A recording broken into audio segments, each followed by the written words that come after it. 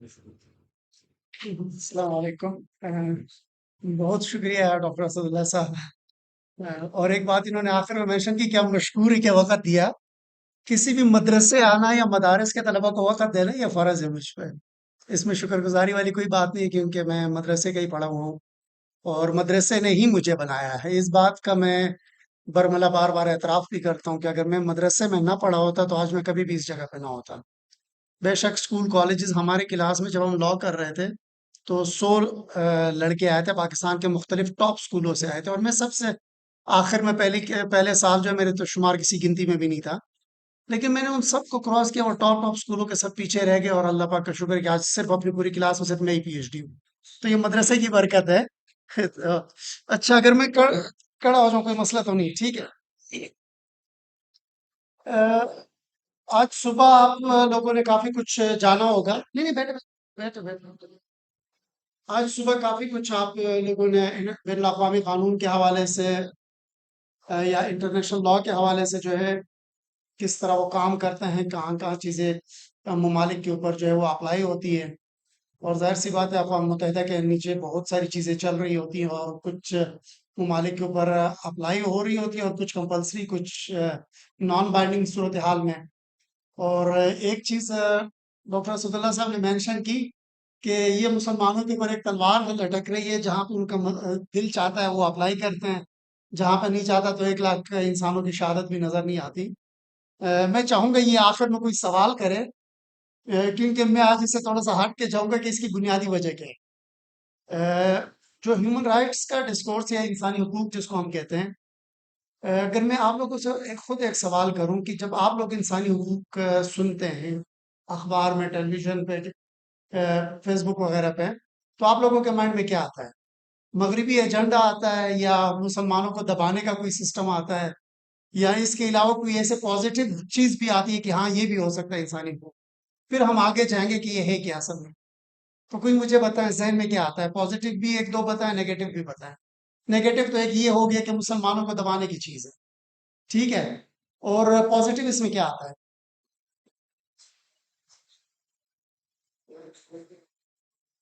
Positive اس میں نہیں ہے، آپ کہہ رہے ہیں؟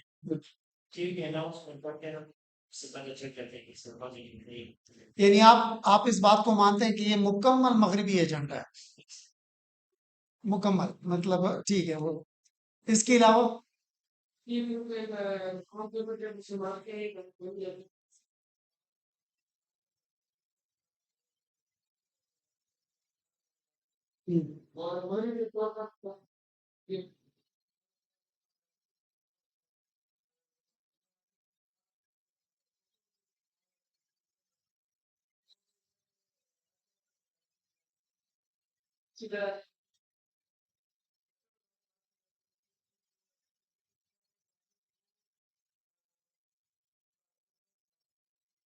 تو آپ چاہتے ہیں یہ پازیٹیو چیزیں نیگیٹو؟ یہ پازیٹیو چیزیں ٹھیک ہے۔ آج ہم اس میں دو تین چیزیں دیکھیں گے، ظاہر سی بات ہے مسلمانوں کے نقطۂ نظر سے بھی ہم اس کو سمجھنے کی کوشش کریں گے کہ یہ کیا ہے، اور ایکچوئل میں یہ چیز ہے کیا اس کو بھی ہم دیکھیں گے۔ تو آج بنیادی طور پہ اس کو میں نے تقسیم کیا ان تین پورشن کے اوپر۔ ایک انسانی حقوق کی تعریف، یہ چیز آئی کہاں سے؟ ظاہر سی بات ہے انسانی حقوق کی تعریف کیا ہے، تاریخ نہیں، تعریف کیا ہے؟ انسانی حقوق کی کیا تعریف ہے؟ کس چیز کو ہم انسانی حقوق کہہ سکتے ہیں؟ ایک سمپل سی بات، کس چیز کو؟ وہ سارے حقوق جو بطور انسان آپ کو حاصل ہے، ٹھیک ہے، کہ ایک انسان ہے، اس کو کوئی، یہ انسان ہونے کی وجہ سے یہ سارے حقوق اس کو حاصل ہے۔ اب ظاہر سی بات ہے کوئی اس کو بیچ نہیں سکتا، ٹھیک ہے۔ یہ ایک ایسا حق ہے کہ وہ انسان ہے اسلامک فقہ میں تو ہم غلاموں وغیرہ کی چیزیں پڑھ رہے ہوتے ہیں، لیکن اگر آزاد انسان کی بھی مثال لے لوں، ٹھیک ہے، تو وہ کسی کوئی اس کو بیچ نہیں سکتا۔ تو اسی طرح جو سارا جتنے بھی حقوق ہیں اس کو ہم انسانی حقوق کہیں گے، اور اس کو یہ تین چیزوں میں ہم ڈیوائڈ کریں گے آج کی کلاس میں۔ ایک اس کی تاریخ کی، آئے کہاں سے ہے؟ یہ مسلمانوں کے خلاف کوئی، اس کا پس منظر کوئی ایسا تھا کہ مسلمانوں کے خلاف، مسلمانوں کو گھیرنے کے لیے یہ بنایا گیا ہے یہ پورا سسٹم، یا اس کا کوئی اور بھی اغراض و مقاصد تھے، یہ اس کا کوئی اور بھی وجہ ہو سکتی ہے؟ دوسری چیز ہم اقوام متحدہ کا منشور تھوڑا سا دیکھیں گے، اور وہ آپ لوگوں نے آج صبح پڑھا بھی ہوگا، اقوام متحدہ کیسے کام کرتی ہے اور کیا کیا اس کے آرگنز وغیرہ، یہ ڈسکس ہوا تھا آج انٹرنیشنل لا کی کلاس میں۔ اور تیسری چیز ہم آج ڈسکس کریں گے بین الاقوامی اور علاقائی معاہدات۔ کہ ہم لوگ جو ہیومن رائٹس کی بات کرتے ہیں، بین الاقوامی انسانی حقوق کی بات کرتے ہیں، تو وہاں پہ معاہدے اقوام متحدہ میں بہت سارے معاہدے لائی ہیں، تو اس میں ان معاہدوں میں کیا کیا چیزیں ہوتی ہیں اور کس طرح وہ کام کرتے ہیں. ٹھیک ہے. سب سے پہلے نظر ڈالتے ہیں اس کی تاریخ پہ. انسانی حقوق کی جو تاریخ ہے وہ مختلف دور سے گزری ہے. اب جب مختلف دور سے گزری ہے، ان تمام چیزوں میں ہم مزید آگے ڈسکس کریں گے کہ اس کے کسی بھی دور میں مسلمانوں کے خلاف خاص کر ایک ٹارگیٹڈ طور پہ ایک سسٹم بنانے کا آپشن کسی بھی دور میں نہیں آیا کہ ہم اس لیے انسانی حقوق بنا رہے ہیں تاکہ آگے جا کے ہم اس کو مسلمانوں کے خلاف یوز کریں. ٹھیک ہے. اب ظاہر سی بات ہے اس سے پہلے کے دور میں انسان، یہ ابتدائی دور کہہ لیے کہ مسلمانوں کو کوئی جو انسانی حقوق جس کیا کہتے ہیں اس کو معنی میں آج ہم لے رہے ہیں، پرانے کسی دور میں حاصل تھی یہ چیزیں انسانوں کو. قرآن کریم کی وہ کون سی آیت ہے کہ دو بندے بلائے، ایک کو مار دیا دوسرے کو چھوڑ دیا، کہ میں نمرود علیہ السلام اور اس کے جو واقعہ ہے کہ میں زندگی اور موت دیتا ہوں. ٹھیک ہے. ظاہر سی بات ہے پرانے دور میں انسان جب بادشاہت عروج پہ تھا تو انسانوں کو کوئی جو ہے وہ حقوق حاصل نہیں تھے، اس طرح بھی حاصل نہیں تھے. مجھے ایک واقعہ یاد آ گیا. ہنگری میں بدھا کیسل ایک 1200 پرانا قلعہ ہے. تو ہم تین دوست وہاں پہ جا رہے تھے. بہت ساری گاڑیاں آئیں تو روڈ کراس کرنے کے لیے ہم تھوڑا سا رکے، تو ایک لوگ کہنے لگے کہ اگر ہم اس دور میں ہوتے نا تو ہم یہاں پہ گھوڑوں پہ لوگ چلتے ہوتے، ہمارے پاس بھی گھوڑے ہوتے. تو میں نے کہا گھوڑے اس دور میں اشرافیہ کے پاس تھے، اس دور میں سرکاری افسران اور فوجی افسران کے پاس تھے. اگر ہم اس دور میں ہوتے تو ہمارا کیا حیثیت ہوتی؟ ہم روڈ کے کنارے رو رہے ہوتے کہ کسی نے ہمیں پیٹا ہے، بلا وجہ کسی سپاہی نے ہمیں پیٹا ہے، کیونکہ مسلمان انسانوں کو کوئی حق حاصل نہیں تھا. جس کا جو جی چاہتا وہ پیٹنے لگ جاتا. تو پرانے دور میں بھی تو صحیح، لیکن اس کے باوجود بطور معاشرہ کچھ ایسی چیزیں ہیں جن کو ہم حق کہہ سکتے ہیں. ظاہر سی بات ہے جو قبائل سسٹم تھا یا اس دور کی بڑی بڑی سلطنتیں تھیں، اس میں بھی کسی نے کبھی اس چیز کو دیکھا جاتا تھا کہ یہ فلاں قبیلے کا ہے، تو یعنی ایک تھوڑی سی اس کو جو ہے نا تحفظ اس بات کی وجہ سے حاصل تھی کہ اگر آپ کا قبیلہ جو ہے نا وہ طاقتور ہے تو کوئی آپ کو کوئی نہیں. اگرچہ قانونی نظام میں باقاعدہ یہ چیزیں موجود نہیں تھی، کوئی قانونی نظام نہیں تھا جو آپ کو تحفظ دے سکے، انسانی حقوق کو تحفظ دے سکے، لیکن اس کے باوجود تھوڑی سی چیزیں موجود ہیں. اسی دور میں پھر ہم اسلامک زمانے کو بھی جو ہے نا وہ شمار کریں گے کہ اسلام آئے تو مزید تھوڑے بہت حقوق انسانوں کو ملے. صحیح ہے کہ اگر وہ غلام ہے تو اس کے یہ حق ہے، اگر وہ آزاد ہے تو اس کے یہ حق ہے. اس کے بعد کا جو دور آتا ہے انگلینڈ میں اس کی ابتدا. صحیح ہے. جو ماڈرن ہیومن رائٹس کے جو ابتدا ہم کہیں گے، انٹرنیشنل لا کی ابتدا کہیں گے، ظاہر سی بات ہے وہ ویسٹ سے ہوا ہے، اور اسی لیے ویسٹ آج کل اس کا چودھری اور بڑا بندہ پھرتا ہے. صحیح ہے. تو یہ انگلینڈ میں اس کی ابتدا جو ہے وہ ایک ٹریٹی سے ہوئی ہے، میگنا کارٹا سے. وہ اگلی سلائڈ میں ہم تھوڑا سا ڈسکس کریں گے اس کا. صبح آپ لوگوں نے شاید انٹرنیشنل لا کے زاویے سے اس کو سنا ہوگا کہ انٹرنیشنل لا اس کے بارے میں اس نے کیا چینجز لائی، لیکن ہیومن رائٹس میں وہ کیا ہے تو وہ آج ابھی ہم تھوڑی دیر بعد ڈسکس کریں گے. اور تیسرا دور جو ہے ریولوشن جو پیریڈ ہے، انقلابی دور. صحیح ہے. جو 17ویں اور 18ویں صدی ہے. ٹھیک ہے. کسی کو پتہ ہے کہ یہ انقلابی دور میں کیا ہوا تھا؟ کون سے انقلاب آئے تھے دنیا میں؟ انڈسٹریل ریولوشن، اس میں جو ہم کہتے ہیں نا ثقافتی انڈسٹریل کی کیا تھا؟ صنعتی. ٹھیک ہے. صنعتی انقلاب جو آیا تھا اس دور میں بھی بہت سارے حقوق، انسانی حقوق کی جب ہم بات کریں گے تو بہت سارے نئے حقوق جو ہے نا اس دور میں سامنے آئے، نئے حقوق کا کام ہوا اس دور میں. اور اس کے بعد 19ویں اور 20ویں صدی ہے ہمارے پاس. ٹھیک ہے. اور اس کے بعد اقوام متحدہ کا دور ہے جو موجودہ دور ہے جس میں ہم جی رہے ہیں. صحیح ہے. تو پھر آخر میں ہم اس چیز پہ بھی فوکس کریں گے کہ اگر ہم جی رہے ہیں تو کیا ہیومن رائٹس کا کوئی فائدہ ہے، انسانی حقوق کا یا کوئی فائدہ ہے یا نہیں ہے، یا اسی طرح کے 1 لاکھ لوگ جو ہے نا وہ غزہ میں شہید ہو گئے اور کوئی پوچھنے والا نہیں ہے. صحیح ہے. وہ تو انٹرنیشنل لا کا میٹر ہے، لیکن اس کو ہیومن رائٹس کے نظر سے بھی ہم دیکھیں گے کہ ہیومن رائٹس کے بارے میں کیا چیز ہے اس میں. اچھا. پہلا دور تو میں نے کہا تھا کہ وہ ابتدائی دور ہے کہ کوئی قانونی نظام نہیں تھا، لیکن کبھی کوئی خاص موجود نہیں تھے حقوق، لیکن کسی کو حاصل ہے تو کوئی ایک دو چیزیں حاصل ہے، کسی کو نہیں حاصل، کسی کو کیا ہے. وہ ایک مکس دور تھا. اسی طرح اس میں اسلامک دور بھی آ جاتا ہے اور اس میں بھی کچھ چیزیں ملی ہیں بطور حق جس کو ہم کہیں گے کہ یہ انسانی حقوق ہے، کچھ نہیں ہے. لیکن اس کے بعد جو اگلا دور ہے وہ انگلینڈ میں اقتدار. یہ جو ہے 12ویں صدی سے 16ویں صدی تک انگلینڈ میں کچھ ایسے کام ہوئے ہیں، کچھ ایسے معاہدات ہوئے جس کو ہم انسانی حقوق کی تاریخ میں کہہ سکتے ہیں کہ یہاں پہ بہت سارے جو ہے نئے حقوق انسانوں کو ملنے شروع ہو گئے. اب 1200 سے پہلے جو ہے وہ اس میں بادشاہت کا دور تھا انگلینڈ میں. تو جب بادشاہت کا دور تھا تو جو بادشاہ تھا وہی سب کچھ تھا.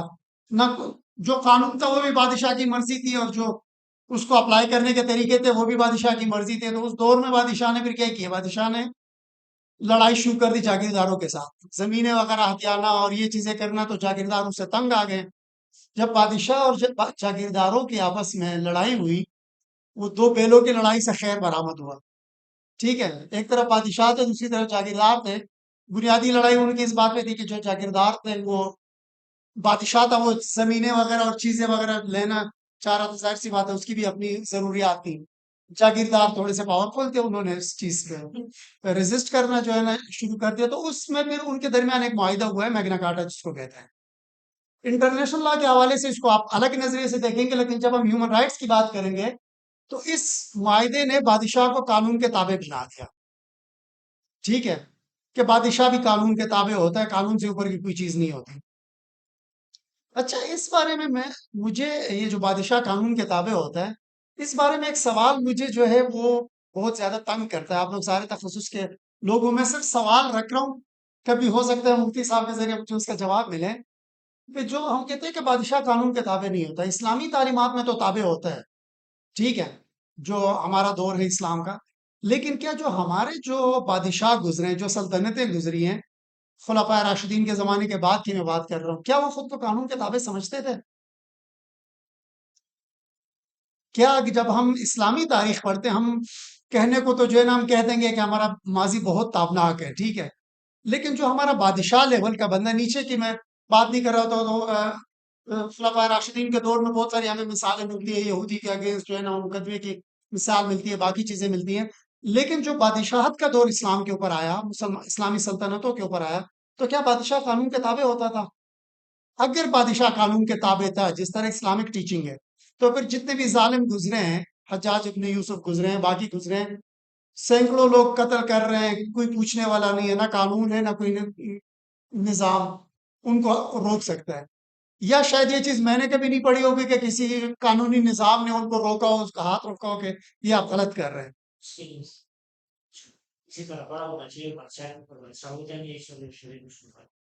شریعت اس کو معاف کرتا ہے. تو وہ جو اس سے ایک اور چیز ابھی اس کو ڈسکس کرتے ہیں. ایک بادشاہ جو ہے وہ قانون کے تابع ہے. دوسرا یہاں پہ ایک رول آف لا کا کنسپٹ آیا تھا اس میں، کہ قانون کی حکمرانی اسی معاہدے سے. ٹھیک ہے، قانون کی حکمرانی کا یہ تھا کہ جو کچھ کرو گے قانون کے تابع کرو گے. آپ نے جو ابھی کہا نا کہ بادشاہ اسلامی سلطنتوں میں جو بادشاہ ہوتا تھا اس کو بہت سارے اختیار حاصل ہوتے تھے، تو اس لیے شریعت نے معاف کر دیا، یا شریعت نے اس کو اتنی ریلیکسیشن دی. شریعت نے وہ ریلیکسیشن اس کو لامتناہی دیے، یا یہ کہا کہ قانون کے تابع، کسی بھی قانون کے تابع اس کو یہ اختیارات حاصل ہے. جس قانون کے تابع ظاہر سی بات ہے، قانون میں اگر کسی کے اوپر جو ہے وہ کیا کہتے ہیں اس کو کوئی بھی الزام ہو، اس نے بہت سارا بڑا جرم کیا اور ریاست کے خلاف، بادشاہ کے خلاف، تو قانونی تقاضے تو کچھ اور کہتے ہیں.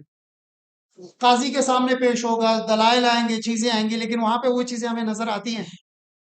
تو یہ صرف ایک سوال ہے، یہ بادشاہ کے قانون کے تابع ہیں. آپ لوگ خود اپنے اپنے طور پہ اس پہ سوچیں، پڑھیں. ٹھیک ہے، کہ ہمارے اسلامی سلطنتوں میں کیا ہوتا تھا، خلفائے راشدین کے بعد کے دور میں کیا بادشاہ خود کو قانون کے تابع سمجھتا تھا؟ اب یہاں پہ 1215 میں انگلینڈ میں یہ معاہدہ ہو گیا جاگیرداروں اور بادشاہ کے بیچ میں. لیکن بیچ میں عام آدمی کو یہ فائدہ اس کو ملا کہ اس کو وہ حقوق مل گئے کہ قانون کی حکمرانی ہوگی، بادشاہ ہر چیز قانون کے تابع کرے گا. تو ایک چیز بادشاہ کو تھوڑے سے اس کے پر کاٹتی ہے. ٹھیک ہے، اس کے بعد 1628 میں ایک اور پٹیشن آف رائٹس ایک معاہدہ ہوتا ہے انگلینڈ میں ہی. ٹھیک ہے، کہ لوگوں کو قید کرنے کے لیے اور بادشاہت اس کے اوپر پابندی لگائی، اور اسی طرح بادشاہ جو ہے وہ پارلیمنٹ کے اجازت کے بغیر یا پارلیمنٹ کے کنسنٹ کے بغیر بادشاہ ٹیکس نہیں لگا سکتا. اب ظاہر سی بات ہے اس دور میں پھر دوبارہ بادشاہ کو پیسوں کی ضرورت پڑی تو وہ ٹیکسز لگانے شروع ہو گئے. تب پارلیمنٹ اتنی مضبوط تھی کہ انہوں نے قانون پاس کر دیا، ٹھیک ہے، پٹیشن آف رائٹس، کہ نہیں آپ ٹیکس ہم سے لے سکتے ہیں، بطور بادشاہ آپ کو اتنے اختیار ہے، لیکن آپ کیا کریں گے؟ پارلیمنٹ کو اعتماد میں لیں گے۔ پارلیمنٹ کو انوالو کیے بغیر بادشاہ اپنی طرف سے ٹیکس جو ہے وہ نہیں لگا سکتا۔ یہ دو چیزیں آ گئی۔ اب آپ لوگ دیکھیں نا کہ ہم کس دور سے شروع ہیں، کہ ایک کیا کہتے ہیں اس کو، قبائلی معاشرہ ہے جس میں طاقتور کے پاس ہی سب کچھ ہے۔ ایک عام آدمی کو اگر کوئی پیٹ کے جائے تو اس کے پاس کچھ اختیار نہیں ہے، کچھ حق نہیں ہے، حقوق کچھ حاصل نہیں۔ اب ابھی آہستہ آہستہ ہم جو طاقتور لوگ ہیں ان کے پر کاٹ رہے ہیں۔ آگے ہم جو ہے نا 2025 تک پہنچیں گے کہ کس طرح جو ہے نا آج ہم لوگ یہاں پہ سکون سے اس لیے بیٹھے، ہمیں پتہ ہے کوئی آگے ہمیں مار کے نہیں جا سکتا، سسٹم اتنا مضبوط ہے، ٹھیک ہے۔ اچھا، حقیقت کیا ہے اس پہ بھی بات کریں گے۔ تیسری چیز جو ہے نا یہ 1600 جو ہے نا 81 میں جو ہے نا ایک اور جو ہے نا ہیبیس کارپس ایکٹ پارلیمنٹ نے پاس کر دیا انگلینڈ کے، اس میں غیر قانونی کے خلاف تحفظ ہو گیا، ٹھیک ہے، کہ اس میں بادشاہ کو کہ جو بھی فورس تھی یا جو بھی چیزیں تھی کہ غیر قانونی طور پہ کسی بندے کو آپ قید میں نہیں رکھ سکتے۔ قید میں رکھیں گے تو کون رکھے گا؟ باقاعدہ پولیس جائے گی، باقاعدہ چیزیں جائیں گی۔ اور اسی لیے آج بھی اگر کوئی ہمارے ملک میں جب کوئی بندہ لاپتہ ہو جاتا ہے تو یہ قانون تو نہیں، اس سے ملتا جلتا جو پاکستانی آئین نے تحفظ دیا ہے اس کے تحت جا کے ہائی کورٹ میں درخواست دائر کرتے ہیں، ریٹ پٹیشن دیتے ہیں کہ جی یہ بندہ پتہ نہیں کس نے اٹھایا ہے اور یہ بندہ غائب ہے، تو پھر وہ ایجنسیوں کو سب کو بلاتا ہے۔ یہ تین چیزیں ہو گئی، آہستہ آہستہ انسانوں کو تحفظ مل رہا ہے نہیں مل رہا؟ حقوق مل رہے ہیں نا۔ اب چوتھی چیز جو ہے بل آف رائٹس آیا تھا، صحیح ہے۔ اس میں کیا ہوا تھا، ایک تو پارلیمنٹ اور نمائندگی کے اصول اس طور پہ وضع کیے کہ کچھ بھی ہو جائے پارلیمنٹ نے چلتے رہنا ہے اور الیکشن نے ٹائم پہ ہونا، صحیح ہے۔ الیکشن نے ٹائم پہ ہونا ہے، لیکن اس کے ساتھ ساتھ انہوں نے کیا کیا، پارلیمنٹ میں آزادی اظہار رائے، پارلیمنٹ میں آپ جو کچھ بولیں گے آپ قانون کے سامنے جواب دینے۔ اب ظاہر سی بات ہے یہ وہ دور تھا کہ جس دور میں آزادی اظہار کو اتنا تحفظ نہیں حاصل تھا جتنا آج کے دور میں حاصل ہے، ٹھیک ہے۔ تو اس دور میں انہوں نے پہلا سٹیپ کیا اٹھایا کہ پارلیمنٹ کے اندر اگر آپ کوئی بات کریں گے تو آپ کو آزادی اظہار کا رائٹ، آپ جو سمجھ آتا ہے، جو کچھ آپ کے مائنڈ میں آتا ہے آپ پارلیمنٹ میں وہ بول سکتے ہیں، ٹھیک ہے۔ پارلیمانی بالادستی بھی ظاہر سی بات ہے اسی کے میں ڈسکس ہوئی کہ ٹھیک ہے پارلیمنٹ جو ہے وہ سب سے بالادست ادارہ ہوگا۔ اچھا، اب تیسرا دور ہمارے پاس ہے انقلابی دور، انڈسٹریل ریولوشن کا دور، جو ثقافتی انقلابی دور نا، اس میں دو بڑے ایونٹ ہوئے ہیں، صحیح ہے۔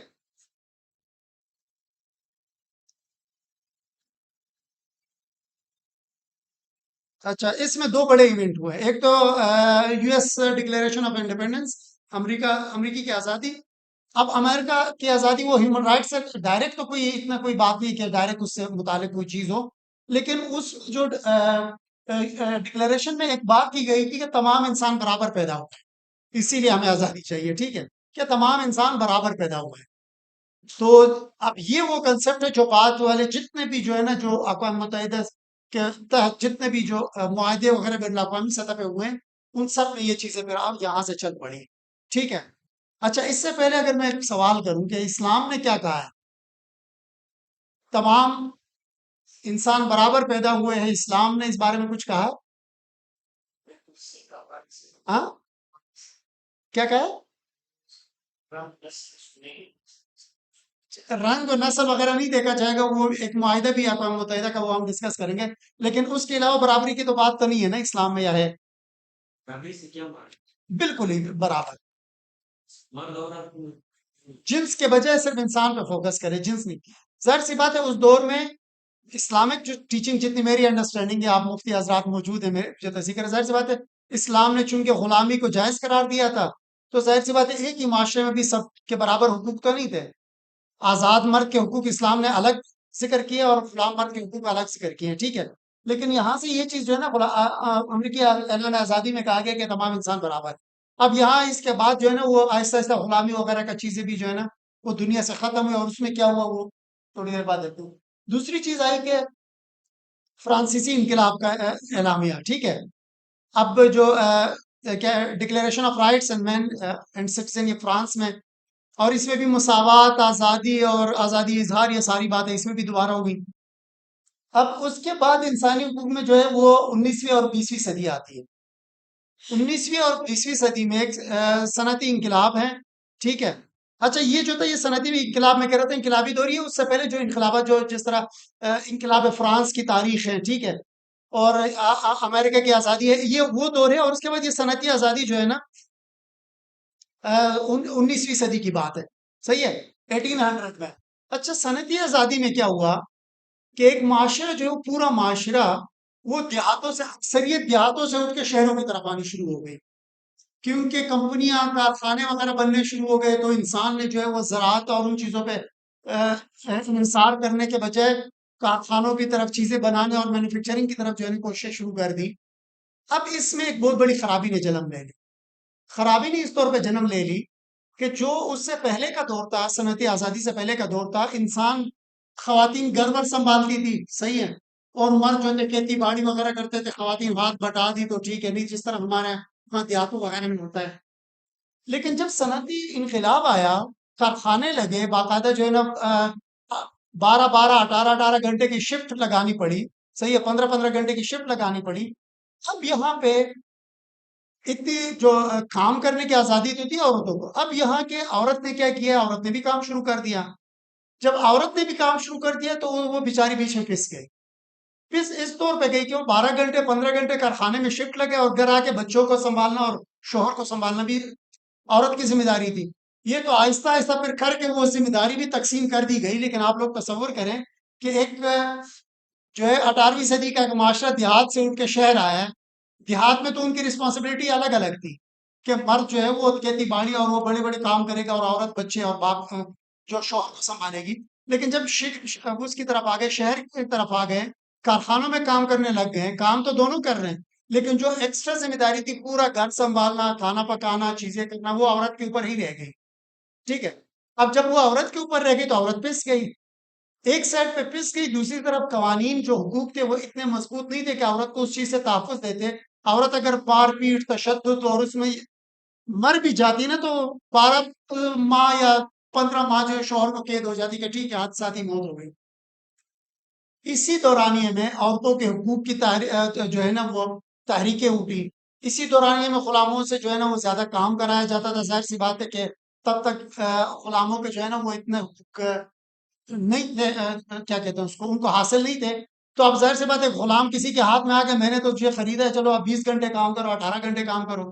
تو پھر تحریکیں اٹھی عورتوں کے حقوق کی اور غلاموں کے حقوق کی، بھائی کام ہم کریں گے لیکن تھوڑا سا انسانوں کے طریقے سے، تھوڑا سا انصاف والے طریقے سے۔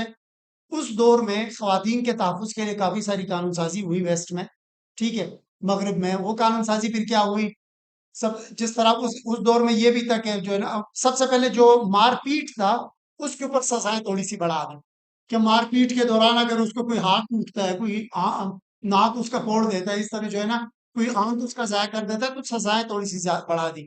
دوسرا انہوں نے یہ اس میں یہ کیا کہ جو میراث کا قانون تھا، اس سے پہلے یہ وہ تھا، قانون تھا وہاں کا کہ میراث اگر عورت کو ملتا بھی ہوتا تو اس کے شوہر کو مل رہا ہو۔ اگر کسی خاتون کو باپ سے جو ہے نا میراث مل رہا ہے تو وہ سیدھا اس کے شوہر کو جاتا تھا۔ تو وہ قانون جو ہے نا انہوں نے یہاں پہ کر دی۔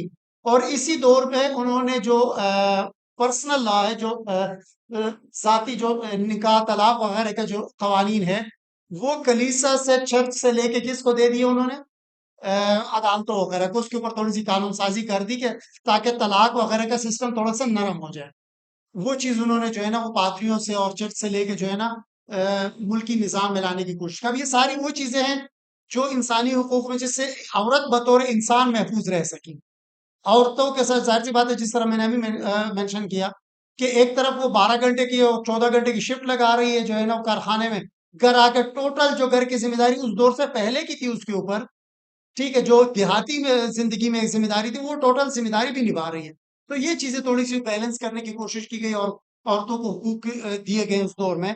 اور اس کے علاوہ ایک اور کام ہوا 20ویں صدی میں، اقوام متحدہ کا جو پرانا جو ورژن تھا، یا پرانا جو اس سے پہلے جو سسٹم تھا، لیگ آف نیشنز، ٹھیک ہے، لیگ آف نیشن بھی جو ہے نا اس کا وجود بھی آیا، اور اس کے وجود کے پیچھے بھی یہی تھے کہ انسانی حقوق کا ہم تھوڑا سا جو ہے خیال کریں گے، انسانی حقوق کو جو ہے دیکھیں گے ایک انٹرنیشنل جو ہے نا لا کے ذریعے۔ اور ظاہر سی بات ہے جب وہ ناکام ہوا اور دوسری جنگ عظیم بھی روکنے میں ناکام ہوا، تو پھر وہ تبدیل ہو گیا اقوام متحدہ سے، اور یہ چیز شاید آپ لوگ صبح پڑھ چکے ہو، صحیح ہے۔ اچھا، آخری دور جو ہے وہ انسانی حقوق میں وہ ہے اقوام متحدہ کا، یا موجودہ دور، یہ اس کو ہم انسانی حقوق کا دور بھی کہہ سکتے ہیں، ٹھیک ہے، کہ جس دور میں ہم جی رہے ہیں، انسانی حقوق کا دور۔ میں نے شروع میں ایک واقعہ آپ لوگوں سے ذکر کیا کہ بداپیسٹ میں ہم قلعے کے باہر کھڑے تھے، تو میں نے کہا کہ اگر ہم اس دور میں ہوتے تو کوئی ہمیں پیٹ کے جا چکا ہو تو ہم رو رہے ہوتے سڑک کے بیچ. کیا اس دور میں کوئی کر سکتا ہے کہ میں کسی جگہ پہ کھڑا ہوں، کوئی آ کے مجھے کوئی سپاہی، جو بادشاہ کا کوئی سپاہی کوئی جو آ کے مجھے پیٹ کے چلا جائے اور میں وہاں پہ بیٹھ کے روتا رہا ہوں؟ وہ پیٹ کے مجھے ضرور جائے گا، صحیح ہے، لیکن میرے پاس پھر فورم ہوں گی، عدالتیں ہوں گی، وہ جگہیں ہوں گی جو مجھے پتہ ہے کہ کہاں پہ میرا حق کا تحفظ ہو سکتا ہے. اب جو سڑک کے کنارے بیٹھ کے رونے والا کام تو نہیں ہوگا نا، کیونکہ وہ اس دور میں وہ لوگ کرتے ہوتے تھے جن کو کوئی حق حاصل نہیں تھا، جو ان کے سامنے میں سیکنڈ کیا 10ویں درجے کے شہری بھی نہیں تھے. ٹھیک ہے، تو ان کے لیے جب وہ بیٹھ کے رو ہی سکتے تھے. اس دور میں اگر کوئی اس طرح پیٹے گا شاید کوئی کر جائے، لیکن عدالتیں ہیں، کل کو پھر وہ عدالت میں کھڑا ہوگا اور میری جگہ وہ رو رہا ہو. صحیح ہے، تو یہ چیزیں جو ہے نا اقوام متحدہ کے دور میں یہ چیزیں شروع ہوئی. اچھا، اقوام متحدہ کا وجود کیسے ہے وہ بھی صبح آپ لوگ ڈسکس کر چکے ہوں گے. صحیح ہے کہ دوسری جنگ عظیم نے جب اتنے زیادہ جو ہے نا انسانوں کا زیاہ دیکھا، ظلم و بربریت، تو اس میں اقوام متحدہ کا جو وجود سامنے آیا. اب اقوام متحدہ کے وجود جو یو این چارٹر یا اقوام متحدہ کا منشور جس کو ہم کہتے ہیں، اس نے انسانی حقوق کو ایک عالمی ذمہ داری قرار دیا. ٹھیک ہے، کہ انسانی حقوق جو ہے وہ ایک ابھی ایک کسی خاص ملک کا، کسی خاص علاقے کا، کسی خاص بر اعظم کا مسئلہ نہیں ہوگا. انسانی حقوق کی جہاں پہ وائلیشن وغیرہ ہوگی، انسانی حقوق کی خلاف ورزیاں ہوں گی، تو وہ ایک عالمی مسئلہ ہوگا اور ہم سب نے مل کے ایکشن لینا ہے، ہم سب نے مل کے اس پہ کوششیں کرنی ہیں. صحیح ہے، اس چیز کو پھر وہ ڈاکٹر اسد اللہ صاحب کی بات سے لے کے جو ہے نا اینڈ پہ بھی کوشچن کریں کہ اس میں کیا وجہ ہے کہ ابھی تک جو ہے نا یہ لوگ شہید ہو رہے ہیں کیا. اچھا، تیسری چیز اس میں یہ تھی اقوام متحدہ کے دور میں جو عالمی منشور برائے انسانی حقوق. اب ظاہر سی بات ہے یہ کوئی معاہدہ نہیں ہے، تو 1945 میں اقوام متحدہ بنی. اب ان کے سامنے سب سے بڑا چیلنج کیا تھا کہ ہیومن رائٹس یا انسانی حقوق کو کس طرح بین تحفظ دینا ہے. ٹھیک ہے، تمام جگہوں پہ. تو سب سے پہلے انہوں نے کہا کہ اگر ہم کوئی معاہدہ کریں گے تو معاہدے میں شاید بہت سارے وقت لگ جائے، تو اس سے معاہدے سے پہلے ہم صرف ایک منشور دیں گے کہ یہ ہمارا منشور ہے، اس کے تحت پر ہم معاہدات کرتے جائیں گے. کوئی ملک آئے گا اس میں، کوئی نہیں آئے گا، کوئی کس شرائط کے ساتھ آئے گا، کوئی کچھ کس شرائط کے ساتھ آئے گا. تو انسانی حقوق کا جو عالمی منشور ہے وہ اقوام متحدہ نے 1948 میں دیا، جس کو یو ڈی ایچ آر بھی کہتے ہیں. ٹھیک ہے، قانون کی زبان میں. اور اس میں کیا ہے، انہوں نے 30 حقوق لکھے کہ یہ 30 حقوق ہے، یہ ہر انسان کو پوری دنیا میں وہ جس بھی ملک میں جس بھی جگہ پہ وہاں پہ اس کو حاصل ہوں گے، اور اس کے لیے ہم سب نے مل کے کوششیں کرنی کہ یہ 30 حقوق ہر انسان کو حاصل ہو جائے. صحیح ہے. اب اس کے بعد کیا ہوا؟ صحیح ہے، یہ اقوام متحدہ کا دور ہے. اب اقوام متحدہ کے دور میں دو طرح کے اب ظاہر سی بات ہے، میں نے کیا کہا کہ اقوام متحدہ نے کیا کہا تھا کہ ہم انسانی حقوق کا تحفظ کریں گے. ٹھیک ہے، اب جب تحفظ کریں گے تو انہوں نے منشور دے دیا. اس منشور کے علاوہ انہوں نے کوئی ایسی میکینزم یا کوئی ایسی چیز بھی تو دینی ہے کہ تحفظ کر بھی سکتے ہیں یا نہیں کر سکتے ہیں. ایک منشور تو معاہدہ نہیں، وہ تو کسی ملک نے ماننا ہے، کسی نے نہیں ماننا. تو کوئی ایسا سسٹم، کوئی ایسا نظام بھی انہوں نے متعارف کرایا کہ جو یہ جتنے بھی حقوق ہم نے مینشن کیے ہیں، یہ آگے جا کے ہم اس کا پوری دنیا میں ہر جگہ پہ ان کا تحفظ کر سکیں. اس صورت میں اقوام متحدہ نے دو نظام متعارف کرایا. صحیح ہے.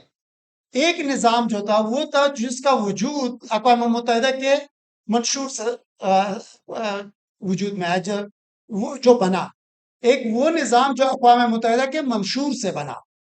ٹھیک ہے. دوسرا وہ نظام بنا انسانی حقوق کے تحفظ کے لیے جو معاہدات سے بنا. وہ نظام ہے جو بین الاقوامی جتنے بھی معاہدات ہوئے ہیں ان معاہدات کے تحت وہ نظام وجود میں آیا. اب دو چیزیں ہیں. صحیح ہے. ایک منشور کا نظام، منشور کس طرح ہیومن رائٹس کو یا انسانی حقوق کو تحفظ دیتا ہے. دوسرا معاہدات کا نظام کیا ہے، معاہدات کیسے تحفظ دیتے ہیں. اب ایک چیز آگے ہم مزید تفصیل سے پڑھیں گے، یہاں پہ یہ چیز سمجھنے کی کوشش کریں اسی سلائیڈ میں، تاکہ اگلے میں شاید آپ کو سمجھ میں آ جائے. جب میں نے اقوام متحدہ کا چارٹر یا اقوام متحدہ کا منشور کہا ہے، تو یہ چارٹر کن کے بیچ میں ہوا ہے کہ کون کون سے ممالک اس کا فریق. اقوام متحدہ کا جو منشور ہے کون کون سے ممالک اس کے فریق ہے؟ ہاں، ساری یو این ممبر سٹیٹس. ٹھیک ہے، جو اقوام متحدہ کا منشور ہے جتنے بھی دنیا میں ممالک ہے سارے اس کے کیا ہے فریق ہے۔ اب جب میں کہا کہ منشور کے تحت انسانی حقوق کا تحفظ، اب جب یہ اس کیا کہتے ہیں اس کو چارٹر کے یا اس منشور کے فریق ہے، اس منشور کے جو ہے نا، تو ظاہر سی بات ہے اس کے تحت جو نظام وجود میں ہے وہ بھی ان کے اوپر اپلائی ہوتا ہے، وہ بھی ان کے اوپر لاگو ہوتا ہے، ٹھیک ہے۔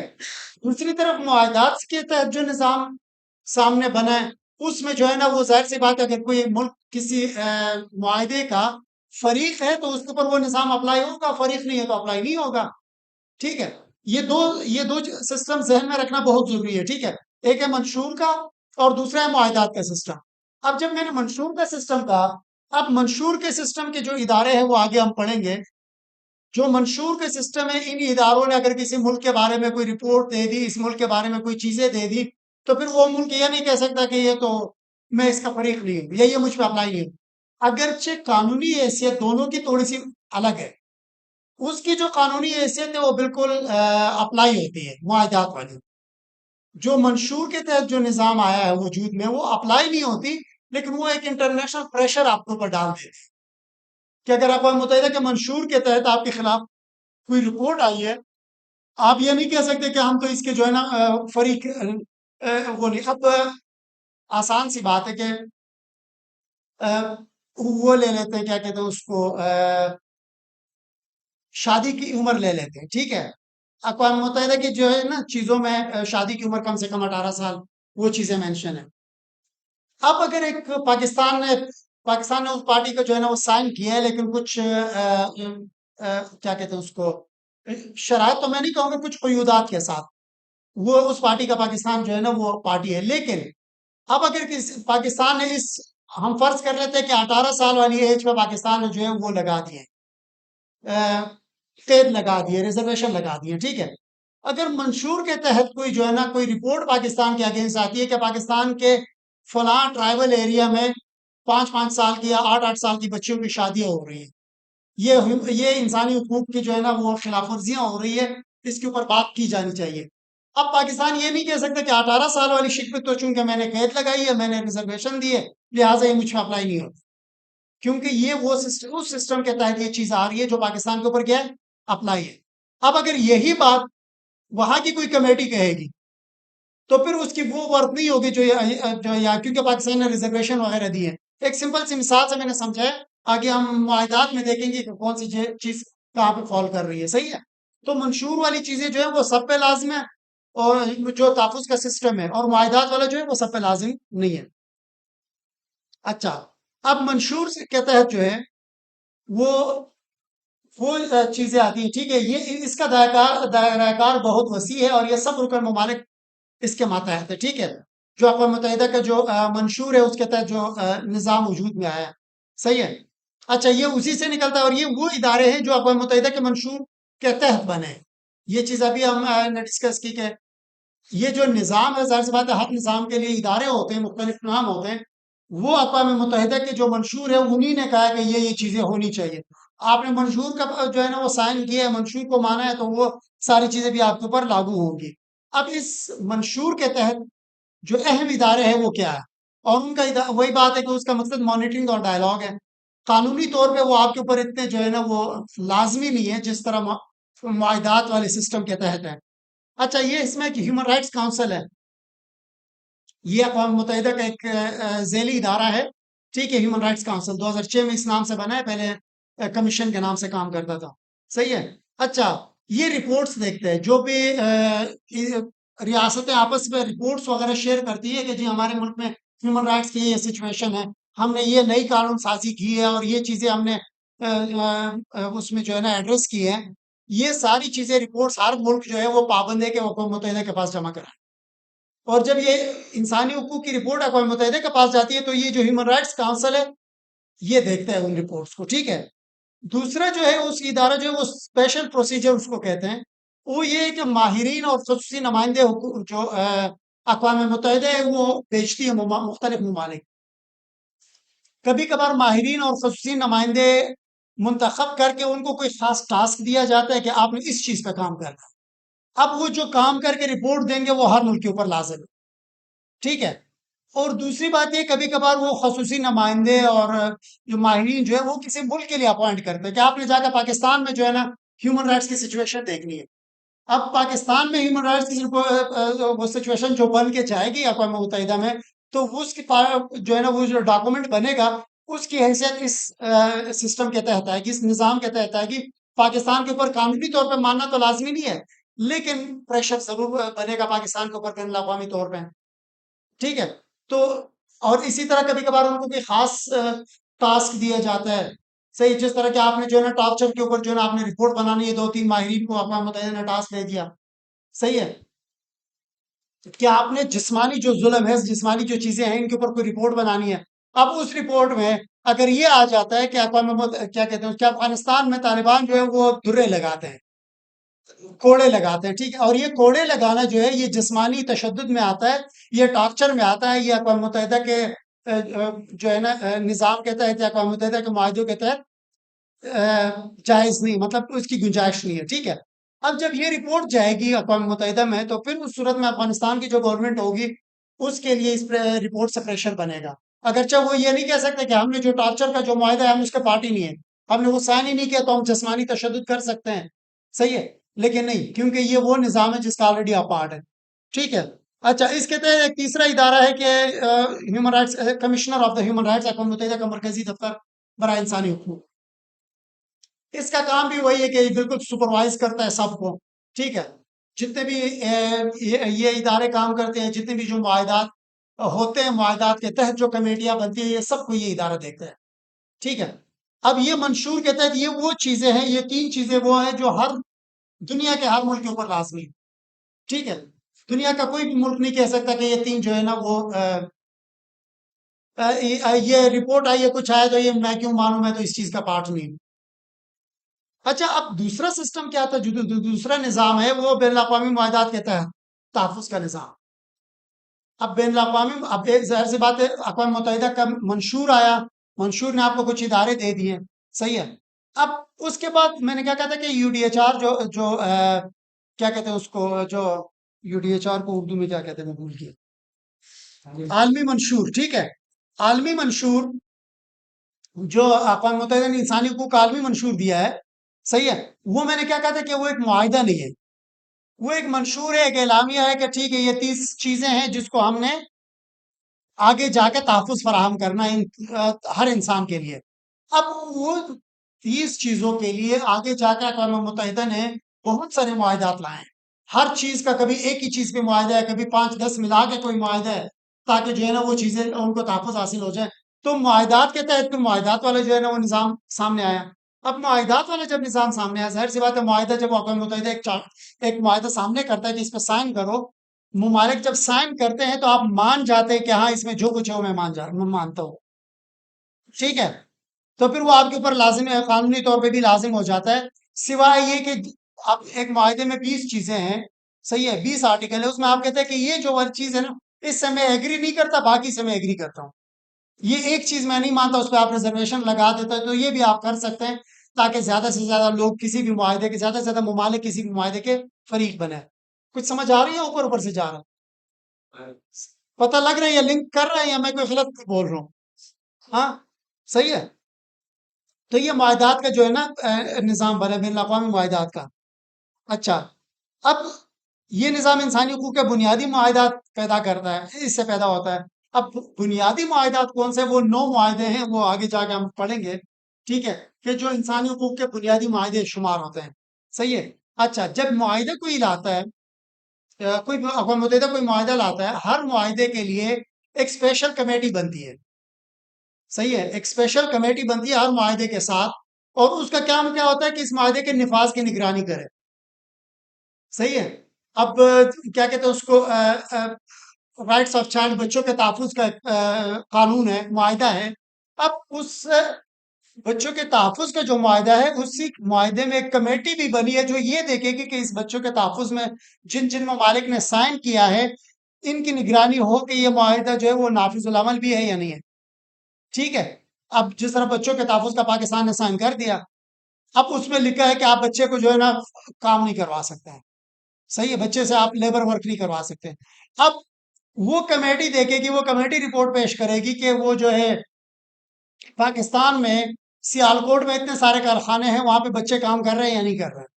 پاکستان نے تو معاہدہ کیا ہے، ہمارے ساتھ سائن کیا ہے کہ ہم بچوں کو کام پہ نہیں لگائیں گے۔ پتہ چلے کہ سیالکوٹ میں جو ہے نا وہ جتنے بھی کام ہو رہے ہیں وہ سارا اسی کی وجہ سے ہو رہا ہے۔ اور وہ کمیٹی خود بھی بندے بھیجتی ہے، خود بھی جو ہے نا وہ رپورٹس بناتی ہے، کبھی کبھار این جی او سے بھی بندے رپورٹس منگواتی ہے۔ کسی پاکستانی این جی او کو جو ہے نا بول دیا، لیکن کبھی کبھار این جی او اپنے طور پہ رپورٹ بنا کے بھی پیش کرتی ہے۔ رپورٹ اپنے طور پہ بنایا اور وہاں پہ جا کے اس کمیٹی میں دے دیا کہ جی سیالکوٹ میں جو ہے نا وہ 60% جو ہے نا وہ چائلڈ لیبر ہے۔ صحیح ہے؟ تو یہ چیزیں جو ہے نا یہ ہر باڈی کے ساتھ کمیٹی بنتی ہے اور وہ دیکھتی ہے ہر ٹریٹی کے ساتھ۔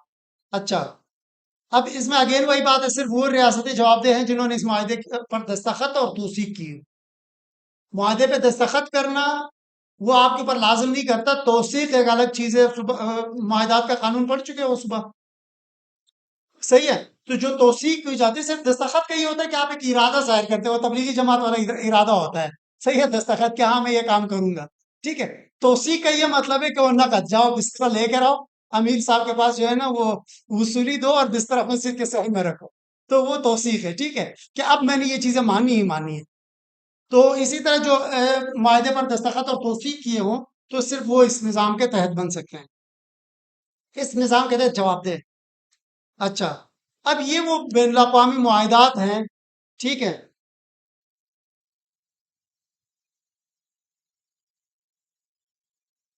ٹھیک ہے، بین الاقوامی انسانی حقوق کے بنیادی معاہدات، ٹھیک ہے۔ آگے میں نے اردو میں بھی لکھی ہے تو صرف اس کا مخفف ہے، ٹھیک۔ یہ 9 معاہدے ہیں۔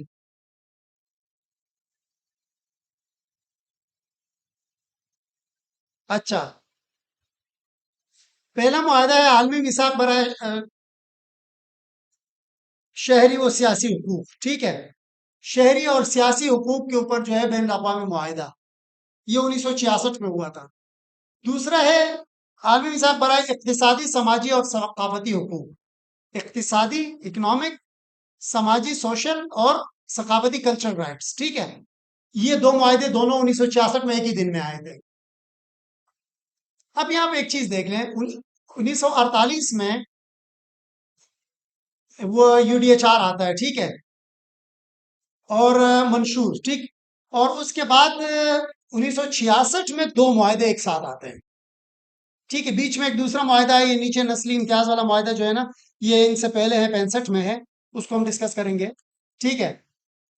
اچھا، یہ 2 معاہدات ہیں، اب ان دونوں معاہدات میں آپ الفاظ پہ غور کریں، آپ کو ایک چیز سمجھ آ جائے گی۔ ایک ہے شہری اور سیاسی حقوق اور دوسرا ہے اقتصادی، سماجی اور ثقافتی حقوق۔ بنیادی طور پہ اس دور میں امریکہ اور جو ہے نا سوویت یونین کے بیچ میں کیا چل رہا تھا؟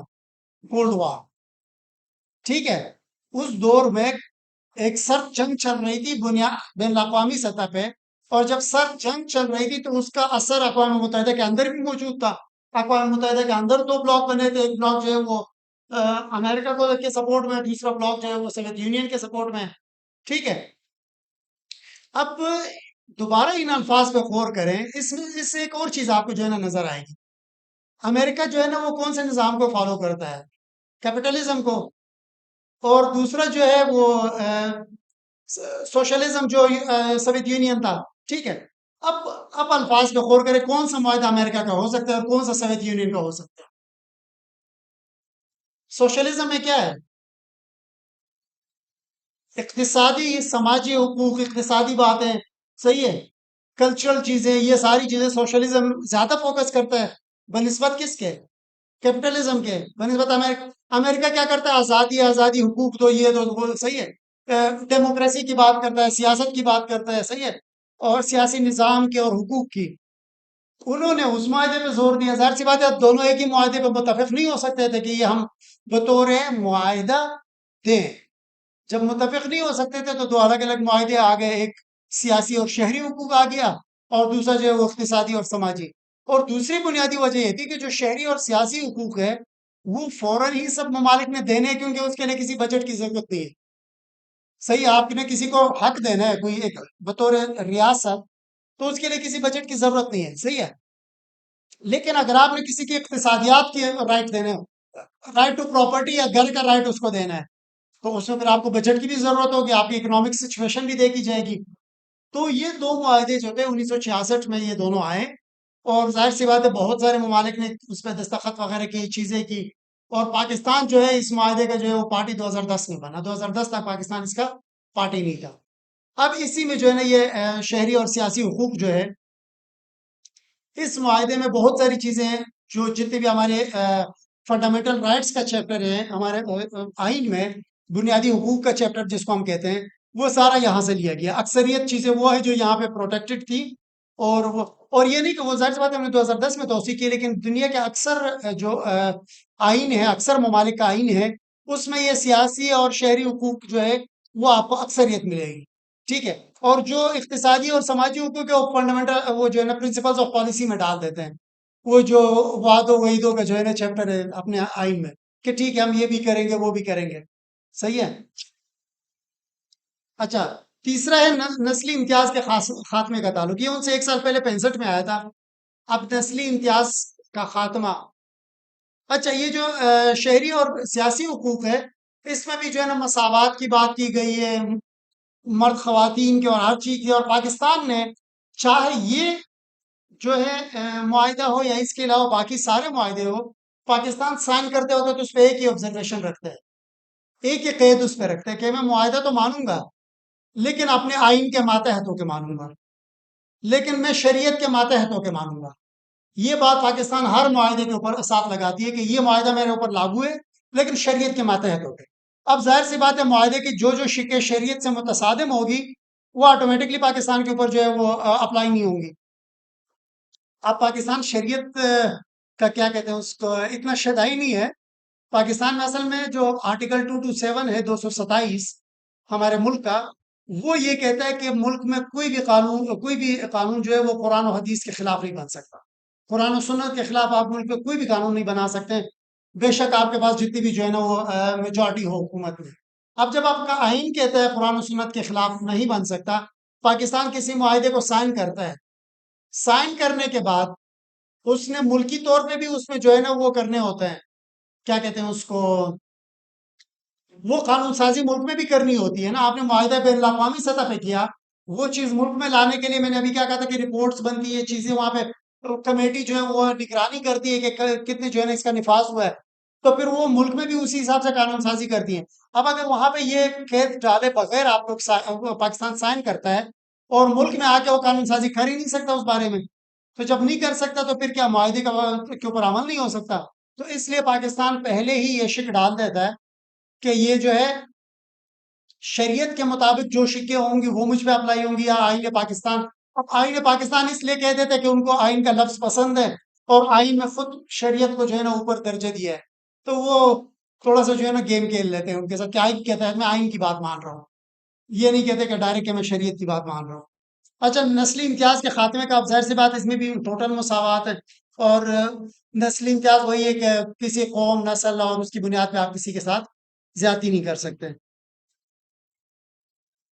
اچھا، خواتین کے خلاف امتیاز کے خاتمے کا تعلق کنونشن، ٹھیک ہے، یہ کب آیا تھا سیڈا؟ یہ 81 میں آیا تھا، جن دنوں ہمارے ملک میں مرد حق جو ہے نا آئے تھے، صحیح ہے۔ اچھا، اب اس جو خواتین کے خلاف امتیاز کے خاتمے کا تعلق ہے، اس میں بھی پاکستان پارٹی تو ہے لیکن پاکستان نے آگے دوبارہ وہی گیم کھیلی ہے کہ شریعت کے مطابق ظاہر سی بات ہے جب خواتین کے خلاف جو ہے نا امتیاز کیا کہتے ہیں اس کو کا قانون ہے، تو اس میں سب سے پہلے کس چیز کا وہ ہوگا؟ سب سے پہلے برابری ہوگی خواتین مرد اور عورت کی۔ اب برابری کس چیز میں ہوگی؟ شادی میں بھی ہوگی، نکاح میں بھی ہوگی، طلاق میں بھی ہوگی، ہر چیز میں برابری ہوگی۔ جب ہر چیز میں برابری ہوگی تو پاکستان تو نہیں مان سکتا، جب پاکستان نہیں مان سکتا تو پاکستان نے وہاں پہ بھی یہ چیز ڈال دی کہ شریعت کے مطابق یا آئین پاکستان کے مطابق، ٹھیک ہے۔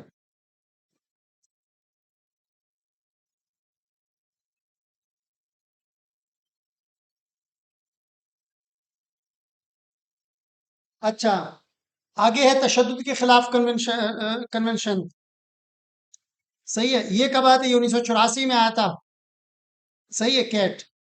اچھا، 1984 میں آیا تھا، اس میں سے وہی بات ہے کہ آپ کسی کو جسمانی تشدد نہیں دے سکتے، کسی کے اوپر بے شک مکمل خاتمہ اس طور پہ، چاہے وہ ادارے ہوں ملک کے یا پولیس ہو یا کوئی بھی ہو، تو کسی کے خلاف آپ جسمانی تشدد آپ کسی کے خلاف نہیں کر سکتے، ٹھیک ہے؟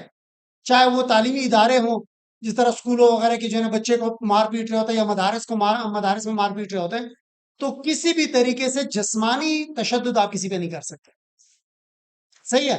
تشدد کے خلاف جو کنونشن ہے۔ اچھا، اب اس میں ایک چیز اگین اس میں دوبارہ وہ پاکستان اس کا بھی پارٹی ہے، لیکن اس میں وہی بات ہے کہ جو پاکستان اسلامی نظام کے اندر جو کوڑے وغیرہ لگانے کے تحت ہے، اس معاہدے کے تحت یا اس قانون کے تحت وہ بھی غیر قانونی ہو جاتا ہے، ٹھیک ہے؟ تو یہ چیزیں جو ہے نا بین الاقوامی اچھا، ایک چیز دوبارہ شروع سے ریلیٹ کریں، جب میں نے کہا تھا کہ وہ بادشاہوں کے پر تو جو ہے نا کاٹ رہے ہیں، اب اقوام متحدہ کے بعد جب آج کا سسٹم ہے، ایک ایک چیز پہ فوکس کر کے جو انسان ہے ان سے جو ہے کیا کہتے ہیں اس کو تحفظ دے رہے ہیں نا، وہ یہ حقوق ایک ایک چیز سے ہٹ کے، اب یہ کتنا اپلائی ہے کتنا نہیں ہے، اس پہ ہم لیکچر کے آخر میں بات کریں گے کہ یہ کتنا کام کر رہا ہے اور کیا وجوہات ہیں۔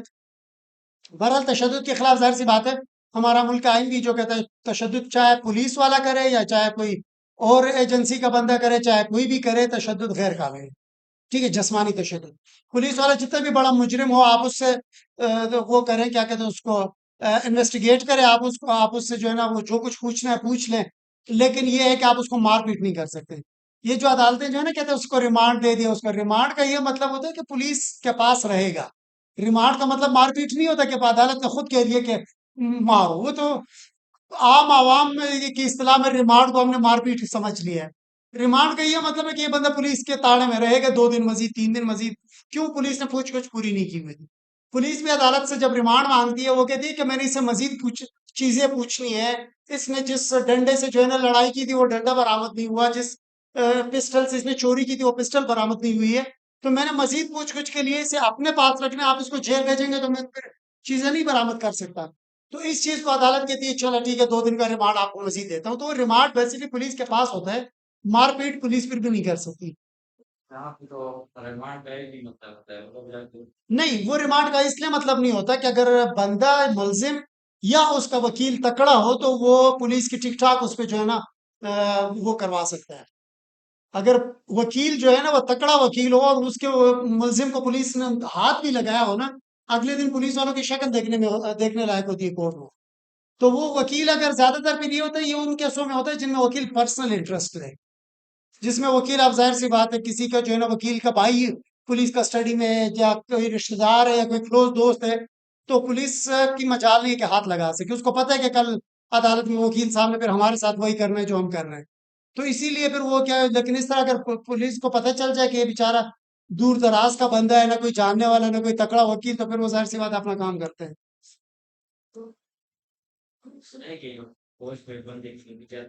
ہاں، تو سارا سب کچھ غلط ہے، ناجائز تو ہے ہی ہے، قانون کے لحاظ سے بھی غلط ہے، ٹھیک ہے؟ اب وہ اس کا کیا حل ہے یا وہ کیوں نہیں اپلائی ہو رہی یہ چیزیں، وہ سوال جواب میں دوبارہ مزید ڈسکس کرتے ہیں، صحیح؟ پہلے یہ چیزیں ختم کریں۔ اچھا، بچوں کے خلاف کا کنونشن، بچوں کے خلاف ظاہر سی بات یہی ہے کہ آپ چائلڈ لیبر نہیں کروا سکتے، صحیح ہے؟ بچوں سے کام نہیں کروا سکتے، 18 سال سے کم عمر کے بچے کا جو ہے نا وہ شادی نہیں ہو سکتی، چاہے لڑکا ہے لڑکی ہے، یہ ساری چیزیں پاکستان اس میں پارٹی ہے، لیکن اگین پاکستان نے کیا کہہ دیا ہے؟ شریعت کے ماتحت یا آئین پاکستان کے ماتحت، تو پاکستان اس کی پارٹی ہونے کے باوجود اگر اجازت دیتے ہیں کہ 16 سال کی عمر میں لڑکی شادی کروا سکتے ہیں آپ لوگ، تو کروا سکتے ہیں، ٹھیک ہے؟ لیکن وہ الگ بات ہے کہ آج کل ہماری عدالتیں بھی اس کو 18 تک کھینچ رہی ہے۔ اچھا، مہاجر مزدوروں اور ان کے خاندانوں کے حقوق کا کنونشن، اب مہاجر مزدور اور ان کے حقوق، خاندانوں کے حقوق، اب ظاہر سی بات ہے جب مہاجر کہیں پہ جاتا ہے ان کے ساتھ کیا سلوک ہوتا ہے، یہ ہم پاکستانی بہتر جانتے ہیں کہ ہم نے افغانیوں کے ساتھ کیا سلوک کیا تھا، ٹھیک ہے؟ ہم عوام نے، ریاست نے، اسٹیٹ نے جو کیا وہ تو کیا، اس کا مطلب یہ ہے کہ کوئی بھی انسان اگر کہیں پہ مہاجر جاتا ہے تو اس کو وہ حقوق حاصل نہیں ہوتے جو وہاں کے مقامی لوگوں کو حاصل ہوتے ہیں، ٹھیک ہے؟ ہم لوگ جو خاص کر جو بارڈر ایریا کے لوگ ہیں یا جہاں تک افغانیوں کی کثرت ہے، وہاں پہ ان بیچاروں سے جو ہے نا جو خاص کر بڑے بڑے لوگ ہوتے ہیں، کبھی کبھار کام کروا لیا، مارکیٹ سے کم ریٹ دے دیا، یہ دے دیا وہ دے دیا، تو یہ ساری چیزیں اس میں آتی ہیں، ٹھیک ہے۔ اور اس میں پاکستان ابھی تک پارٹی نہیں ہے، پاکستان نے اس میں سائن نہیں کیے، دستخط اور توثیق پاکستان نے نہیں کی ہے۔ کیوں نہیں کی ہے؟ ظاہر سی بات ہے، مہاجروں کے معاملے میں پاکستان ڈنڈی مارتا ہے، حقوق نہیں دیتا ان کو۔ اب یہاں پہ ایک چیز آپ لوگ سمجھیں، مہاجروں کے حقوق، مہاجر مزدوروں اور ان کے خاندانوں کے حقوق۔ مہاجر مزدور، مہاجر مزدور کون ہوتا ہے؟ کسی بیرون ملک جا کے کام کریں، اس میں قانونی غیر قانونی کی کوئی تخصیص نہیں ہے، ٹھیک ہے۔ اب جو یورپ ہے، ظاہر سی بات ہے، میں نے کہا کہ جو انسانی حقوق کا جو قانون ہے یا بین الاقوامی انسانی حقوق ہے، اس کے علمبردار کہہ لو یا اس کے بانی کہہ لو یا چیزیں کہہ لو، سب کچھ یورپ سے آ رہا ہے، ویسٹ سے آ رہا ہے۔ تو ویسٹ اس چیز کا پارٹی ہے، انہوں نے سائن کیے ہیں۔ اب جب مہاجر جاتا ہے اسی چیز میں پھر یہ چیزیں بھی ڈسکس ہوئی کہ آپ مہاجر کو کم تنخواہ پہ نہیں رکھ سکتے، جو تنخواہ آپ اپنے شہری کو دیں گے وہی تنخواہ آپ مہاجر کو دیں گے، ٹھیک ہے۔ تو یورپ میں جب ہمارے پاکستانی جاتے ہیں وہاں پہ کام کرنے کے لیے، کس تنخواہ پہ جاتے ہیں؟ وہاں پہ جب ہمارے پاکستانی جاتے ہیں، وہ اکثر، بیلجیم میں یہ قانون تھا کہ وہ غیر ملکی کو زیادہ تنخواہ دیں گے شہری مقامی سے۔ اگر کوئی کمپنی غیر ملکی کو ہائر کرنا چاہتی ہے، اس کو تنخواہ زیادہ دیں گی، اگر مقامی بندے کو ہائر کرے گی تو اس کو تنخواہ کم دے گی، ٹھیک ہے۔ اور عرب ممالک میں کیا سین ہوتا ہے؟ وہاں پہ اگر مقامی جو ہے وہ 20,000 لے رہے ہیں، 25,000 لے رہے ہیں، اسی پوسٹ پہ اسی جگہ پہ جو ہے نا وہ غیر ملکی کو، پاکستانی کو جو ہے نا 5,000 ریال مشکل سے ملتے ہیں، ٹھیک ہے۔ تو ظاہر سی بات ہے، پھر برابری دیکھو، انسانی حقوق جو ہے وہ برابری اور مساوات پہ کھڑی ہے، اور وہ تعظیم پہ کھڑی ہے، انسانی زندگی کی، انسانی جان کی تعظیم۔ اب جب انسان کی تعظیم ہوگی، تعظیم تو اسی صورت میں ہوگی کہ آپ کسی عدالت جائیں، آپ کسی سرکاری ادارے جائیں، آپ کسی ادارے میں کام کرنے جائیں، تو آپ دونوں کو ایک ہی نظر سے دیکھا جائے، پھر برابری بھی ہے، مساوات بھی ہے، تعظیم بھی ہے۔ ویسٹ میں آپ کو نظر آتا ہے، کیونکہ وہ ان چیزوں کو پھر جب وہ کرتے ہیں تو فالو بھی کرتے ہیں، ٹھیک ہے۔ آپ عرب ممالک کو دیکھ لیں، آپ پاکستان کو دیکھ لیں، آپ باقی کو دیکھ لیں، تو ہم کہتے ہیں کہ اللہ ہم سے راضی ہے ٹھیک ہے۔ تو یہ چیزیں جو ہے وہ اللہ پاک کو راضی کرنا اتنا آسان بھی نہیں ہوتا، تو اس کے لیے مہاجروں کے ساتھ یا اس کے لیے ان کے ساتھ اسی طرح کی پھر برتاؤ کرنا پڑتا ہے۔ اچھا، معذور افراد کے حقوق کا کنونشن۔ اب ظاہر سی بات ہے، جو معذور افراد کو ٹارگٹ کیا گیا ہے، اب ظاہر سی بات ہے، اس سے پہلے یہ تھا کہ رائٹ ٹو ورک تک آپ کام کریں گے، آپ یہ کریں گے، اب ظاہر سی بات ہے کام کریں گے، کتنا کریں گے، ٹھیک ہے۔ 8 گھنٹے تو روزانہ کریں گے، ایک معذور آدمی 8 گھنٹے کیسے کام کرے گا؟ تو پھر ان کے لیے بھی تحفظ کے لیے الگ سے جو ہے، ایک معذور آدمی ہے، وہ اس مدرسے میں جو ہے نا، اگر اس کلاس میں آ کے پڑھنا چاہے، وہ نہیں پڑھ سکتا۔ کیوں نہیں پڑھ سکتا؟ یہاں، وہاں سے یہاں تک آنے کے لیے اس کے پاس راستہ نہیں ہے، اس کے پاس ریمپ نہیں ہے، اس کے پاس جو ہے نا، اگر وہ اپنی گاڑی بھی گھسیٹ کے کہیں لے کے جا رہا ہے تو بلڈنگ میں ایکسیس نہیں ہے۔ تو ان چیزوں کے لیے پھر جو ہے نا وہ ملکوں کو پابند کیا گیا کہ جو معذور افراد ہیں ان کے لیے بھی یہ چیزیں، اور اسی لیے اب جو یورپ سے میں رہ کے آیا ہوں، وہاں پہ کسی بھی بلڈنگ کا کوئی بھی روم جو ہے نا، وہ معذور افراد خود بغیر کسی مدد کے پہنچ سکتے ہیں۔ وہ ہر جگہ انہوں نے ایسے ایسے وہ بنایا ہوا ہے، آپ معذور آدمی خود آتا ہے بس میں چڑھنے کے لیے، اپنی ریڑھی کا سیٹ رہا ہوتا ہے، بس سے جو ہے نا وہ چیزیں اندر آتی ہیں معذور کو۔ کچھ چیزیں پیسوں کی بنتی ہیں، جس طرح ہم نے غریب ملک ان کا مقابلہ تو نہیں کر سکتے، لیکن کچھ چیزیں جو ہے نا وہ ارادے، نیت اور ارادے سے بنتی ہیں۔ اب اسلامک یونیورسٹی کتنا بڑا ادارہ ہے، آپ لوگوں نے نام سنا ہوگا، نیا کیمپس 2000 میں بنا ہے، 700 ایکڑ میں۔ امام ابو حنیفہ بلاک میں 2017 تک معذور آدمی داخل نہیں ہو سکتا تھا، 5 سیڑھیاں ادھر ہے، 4 سیڑھیاں ادھر ہے، اور پھر ادھر ہے۔ 2017 تک وہ معذور آدمی وہاں پہ جا ہی نہیں سکتا تھا پوری بلڈنگ میں۔ 2017 میں ایک لڑکے نے جو ہے نا وہاں پہ ایڈمیشن لیا LLM کے لیے، معذور تھا بیچارہ، ویل چیئر پہ آتا تھا۔ جب ویل چیئر پہ آتا تھا تو پھر یونیورسٹی کو احساس ہوا کہ یہاں پہ تو معذور کا ایکسس ہی نہیں ہے۔ پھر مشتاق صاحب نے بھی لکھا، اور باقی جو پھر انہوں نے جو ہے نا وہ چیزیں بنائی ہر اس کے لیے، بلاک کے لیے۔ تو اس طرح کی جو کچھ چیزیں ایسی ہوتی ہیں نا کہ جو عام انسان وہ پرابلم نہیں سمجھتے، پھر وہ حقوق ان کو تو ملنے چاہیے۔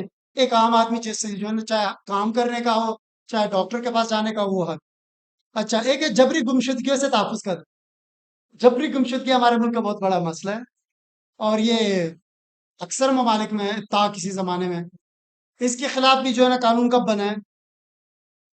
ٹھیک ہے، 2006 میں، صحیح ہے۔ یہ قانون جو ہے نا، اب اس میں پاکستان ابھی تک پارٹی نہیں ہے، اس میں ظاہر سی بات ہے، پھر جب اس میں پارٹی نہیں ہے، اچھا پاکستان کیوں پارٹی نہیں بن رہا؟ پارٹی بنے گا، ایک قانون پاس کرے کہ ٹھیک ہے جبری جو ہے نا گمشدگی نہیں ہوگی، غیر قانونی، وہ تو ہے ہی، ابھی بھی قانون میں غیر قانونی ہے، تو پھر پاکستان پارٹی کیوں نہیں بن رہا؟ میں نے ایک چیز شروع میں مینشن کی کہ ہر ٹریٹی کا، ہر معاہدے کی ایک کمیٹی بنتی ہے جو دیکھتی ہے نفاذ کیا ہے، اس کمیٹی میں عام آدمی بھی جا کے درخواست دے سکتا ہے، اس کمیٹی میں این جی اوز بھی جا کے درخواست دے سکتی ہے، اگر پاکستان اس کی پارٹی ہو اور وہ پاکستان کے اوپر اپلائی ہو اور پاکستان کے این جی او کی رپورٹ بنائے کہ جی اسلام آباد سے اتنے لوگ جو ہے نا لاپتہ ہو گئے، تو یہ پھر ملک کے لیے جو ہے نا ایک پرابلم بنتی ہے ان چیزوں سے، ٹھیک ہے؟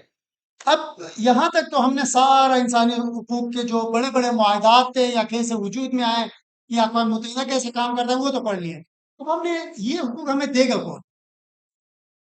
ہم نے پڑھ تو لیا اقوام متحدہ کی کتابوں میں جو ہے نا بڑی بڑی لائبریریاں بھری پڑی ہے، لیکن ہمیں دے گا کون؟ کون دے گا؟ اسٹیٹ دے گی، صحیح ہے، ریاست دے گی، اور وہاں پہ بھی اگر آپ لوگوں نے شروع میں تاریخ میں دیکھا ہوگا کہ جو بھی معاہدہ ہوا ہے یا جو بھی لوگ اٹھے ہیں اپنا حق لینے کے لیے، انہوں نے کس سے حق چھینا ہے؟ ریاست سے، ریاست ظاہر سی بات ہے، اس دور میں بادشاہ خود ریاست تھا، صحیح ہے، یا بادشاہ سے چھینا ہے یا ریاست سے چھینا ہے، یہ چیزیں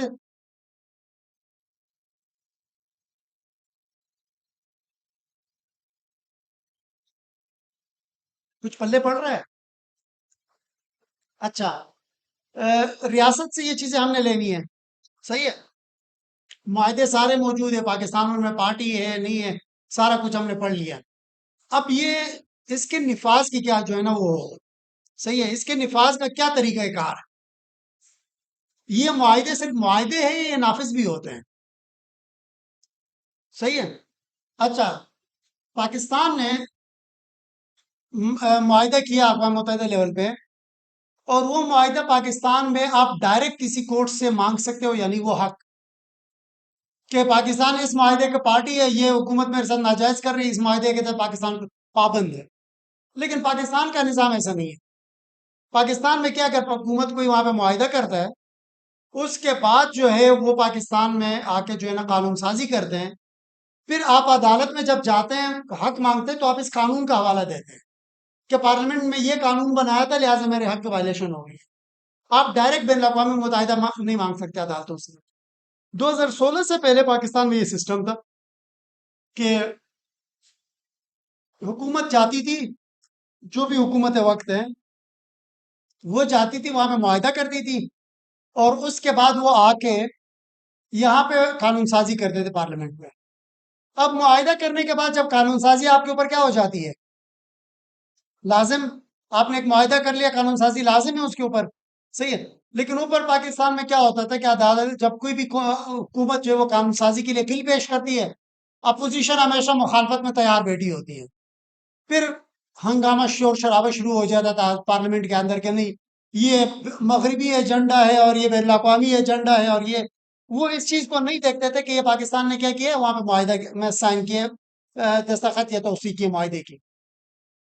2016 میں پاکستان کے گورنمنٹ نے ایک قانون پاس کیا کہ اب جو بھی معاہدے کے ہم پارٹی بنیں گے، فریق بنیں گے، ہم اس میں پہلے پارلیمنٹ میں بحث کروائیں گے، ہم پارلیمنٹ میں بحث کروائیں گے کہ یہ معاہدہ ہے، اس میں ایک فوائد یہ فوائدے ہیں ہمارے افسر بات، جو بھی معاہدہ آتا ہے ایک پریشر ہوتا ہے انٹرنیشنلی کہ یہ معاہدہ ہے، یہ پریشر ہے، یہ ہمیں بینیفٹس مل سکتے ہیں، اب ہم کریں یا نہ کریں، وہ بل پاس ہو گئے تو پھر آپ جا کے معاہدہ کرائیں اور پھر کوئی مسئلہ نہیں، ٹھیک ہے، اچھا، اب ان حقوق کو مانگنے کے تین مختلف جو ہے نا وہ کیا کہتے ہیں اس کو جہتے ہیں، ٹھیک ہے، تین سٹیپ میں کہوں گا، تین لیئرز یا تین سٹیپ میں کہوں گا اس کو، ایک تو ہے بین الاقوامی سطح کی چیزیں جو ابھی تک ہم نے ڈسکس کی ہے، ٹھیک ہے، اور دوسری ہے علاقائی سطح کی، اور تیسری ہے قومی یا ملکی سطح کی۔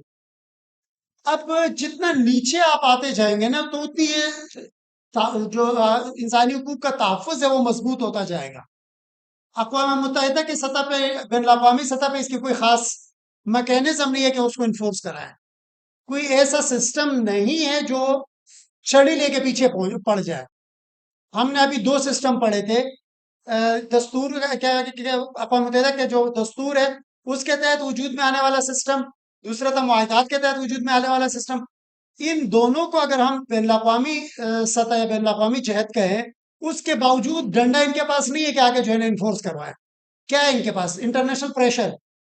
چاہے وہ معاہدات والی چیزیں ہوں، چاہے وہ دوسری ہو، وائلیشن ہو، کچھ بھی ہو، ایک پریشر وہ بنا سکتے ہیں. پریشر کے علاوہ کوئی فوج نہیں ہے کہ وہ آگے جو ہے نا کیا کرے. کوئی پولیس ہے اقوام متحدہ کے پاس؟ فوج بھی امن فوج ہے، وہ جو ہے نا کبھی کبھار جا کے کہیں بھی تعینات کر دیتی ہے، لیکن معاہدے کو انفورس کرانے کے لیے کوئی فوج نہیں ہے، کوئی پولیس نہیں ہے، کوئی ادارہ نہیں ہے. یہ تو ہو گیا پہلا. دوسرا یہ علاقائی سطح پہ. اچھا، بین الاقوامی سطح کے کون کون سی چیزیں ہیں؟ اقوام متحدہ سے منشور سے نکلنے والے ادارے ہم نے پڑھ لی ہے نا، وہ جو کیا کہتے ہیں اس کو، جو اقوام متحدہ کے منشور کے جو جو سسٹم بنتا ہے، وجود میں آتا ہے، وہ ادارے.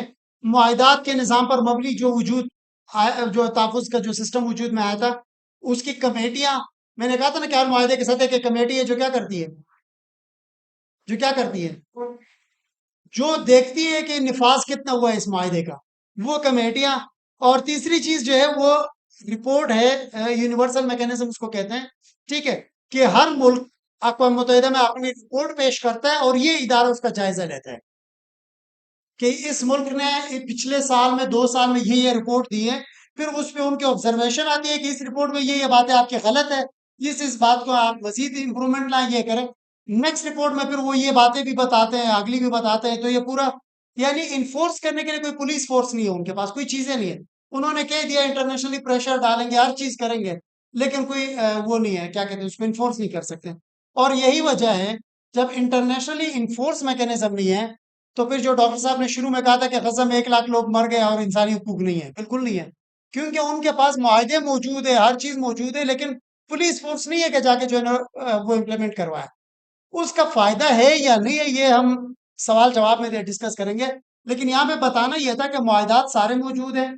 معاہدات کے پیچھے یہ کنسیپٹ بھی غلط ہے کہ یہ صرف مسلمانوں کو ٹارگٹ کرنے کے لیے ہے. ٹھیک ہے، اور یہ تمام ممالک جو فریق اپنی مرضی سے بنتے ہیں، ان کا پورا سسٹم ہے. یہ ساری چیزیں ہم نے ابھی ڈسکس کی. لیکن انفورس کیسے کرانا ہے، پریشر کے علاوہ اور ان کے پاس کوئی راستہ نہیں ہے. دوسرا ہے، اچھا یہ 3 تو ہو گئے. دوسرا یہ ہے علاقائی سطح. علاقائی سطح پہ 3 ایسے سسٹم ہے جو انفورس کرواتے ہیں، جو عدالتیں بن چکی ہے، جو کہتی ہے کہ نہیں، اب ظاہر سی بات ہے اقوام متحدہ کے پاس کوئی عدالت نہیں ہے اس کے انسانی حقوق کے حوالے سے، کہ انسانی حقوق کا کوئی عدالت ہو اور وہ فیصلہ دے کہ جی یہ حق اس طرح ہے. ٹھیک ہے، اور اس میں یہ چیزیں ہوئی ہیں. تو جب انسانی حقوق کے معاہدات نہیں انفورس کروا سکتے، پھر علاقائی سطح پہ کچھ ایسے جو ہے نا سسٹم وجود میں آئے، ایسے نظام وجود میں آئے جن میں عدالتیں ہیں اور وہ انفورس کروا رہی ہیں. 3 سسٹم پوری دنیا میں کام کر رہے ہیں.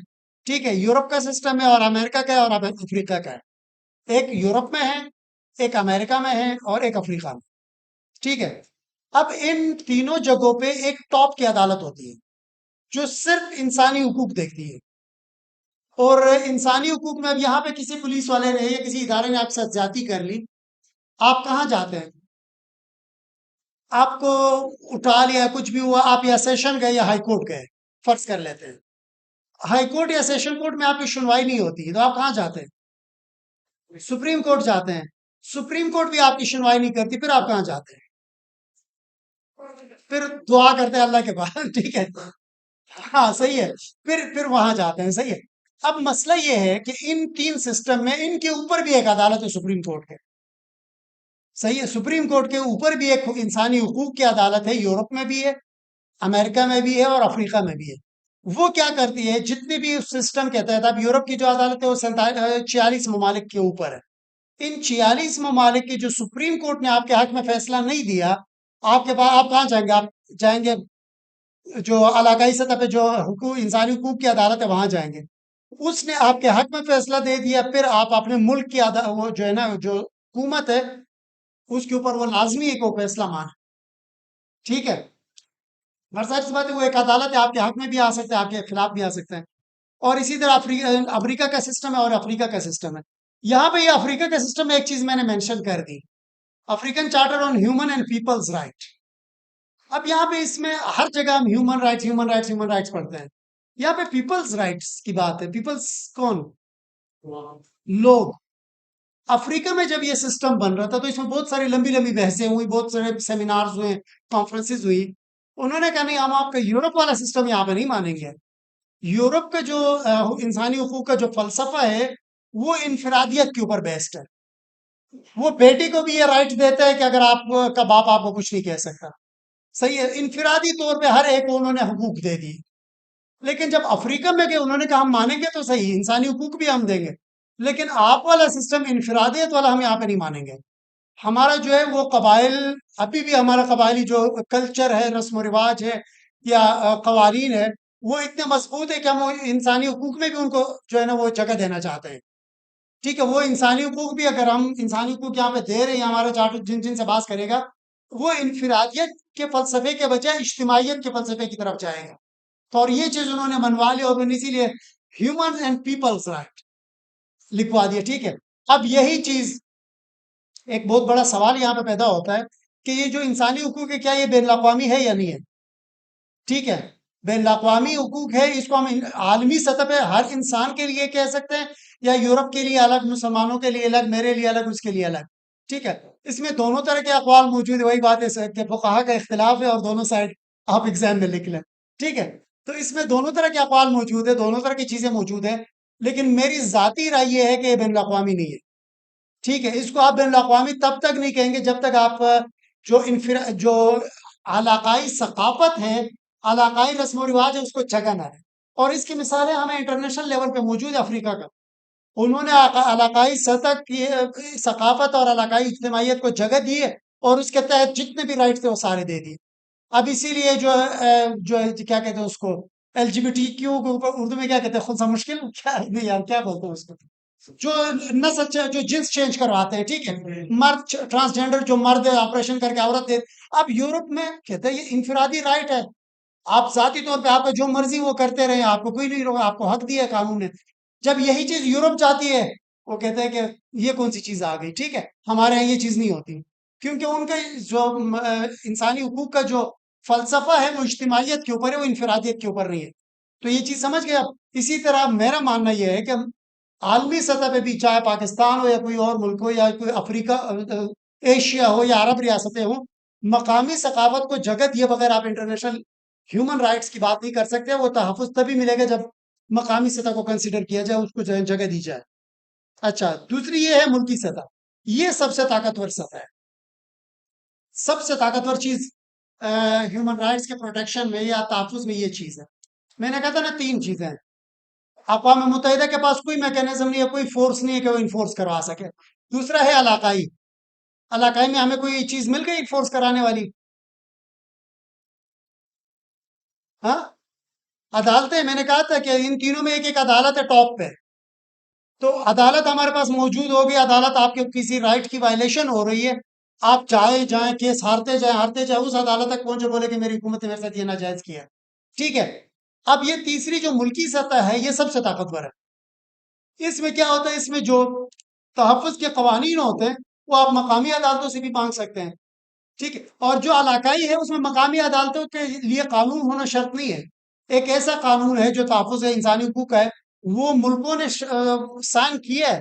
بے شک اس ملک میں وہ قانون رائج نہ ہو، لیکن اگر آپ کا ملک کی عدالت قانون وہ تحفظ نہیں دیتی تو آپ جائیں وہ علاقائی عدالت. ٹھیک ہے، یہ اس میں ہر چیز آپ کے تابع ہوتی ہے. آپ کے ملک کا آئین، آپ کے ملک کا قانون، ادارے، ہر چیز کہتے ہیں کہ ٹھیک ہے یہ پروٹیکشن ہم نے دی ہے تو ہم اس پہ جو ہے نا وہ عمل بھی کروائیں گے، درآمد کروائیں گے. اب عمل نہیں ہوتا اس کے کیا طریقے ہیں وہ پھر ڈسکس کرتے ہیں. صحیح ہے. اچھا، ملکی لیئر میں سب سے پہلے تحفظ کس چیز نے آپ کو دیا ہے؟ آئین نے دیا ہے. آئین و قانون نے دیا ہے یا نہیں دیا ہے؟ آپ آپ کا آئین کہتا ہے آرٹیکل 8 سے 28 تک بنیادی حقوق سارے بیان ہوئے ہیں. فیئر ٹرائل ہوگا، زندگی ملے گی اور آپ کاروبار کر سکیں گے، آپ کا موومنٹ کوئی نہیں روک سکتا. ٹھیک ہے، یہ ساری چیزیں ہیں. دوسری چیز آپ کے سپورٹ کے لیے کیا موجود ہوتی ہے؟ عدلیہ اور پارلیمان. عدالت کے آپ دروازہ کٹکھٹا سکتے ہیں، اسمبلیوں کا دروازہ جہاں پہ کمیٹیاں وغیرہ ہوتی ہیں ان کا دروازہ. اور تیسری قومی ادارے، وفاقی محتسب اور قومی کمیشن برائے انسانی حقوق، یہ وہ ادارے ہیں. ٹھیک ہے، اب یہاں پہ دیکھیں میں نے کہا یہ سب سے زیادہ طاقتور ہے. طاقتور اس لیے ہے کہ اس میں آئین و قانون بھی آ گیا ہے، ادارے بھی آ گئے، قومی کیا کہتے ہیں اس کو، عدلیہ بھی آ گیا، قومی ادارے بھی آ گئے. اب اگر کوئی اس کے باوجود ادارے ہی آپ کے خلاف جو ہے نا وہ آپ کا رائٹ وائلیٹ کرتے ہیں، آپ کا کوئی ایسا انسانی حقوق ہے جو پولیس نے آپ کو پیٹ دیا، اب وہ جو بھی کریں گے وہ قانون کی خلاف ورزی کریں گے، اسی سسٹم میں سے آپ کو وہ فورم مل جائیں گے جو آپ کے ساتھ دیں گے، ٹھیک ہے؟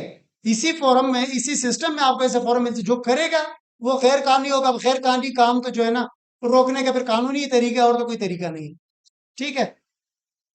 یہ تو ہو گئی آج کی باتیں، اس کے متعلق اگر کوئی سوال؟ اچھا، سب سے پہلے آتے ہیں ڈاکٹر، یعنی میں اتار دوں، آواز آ رہی ہے؟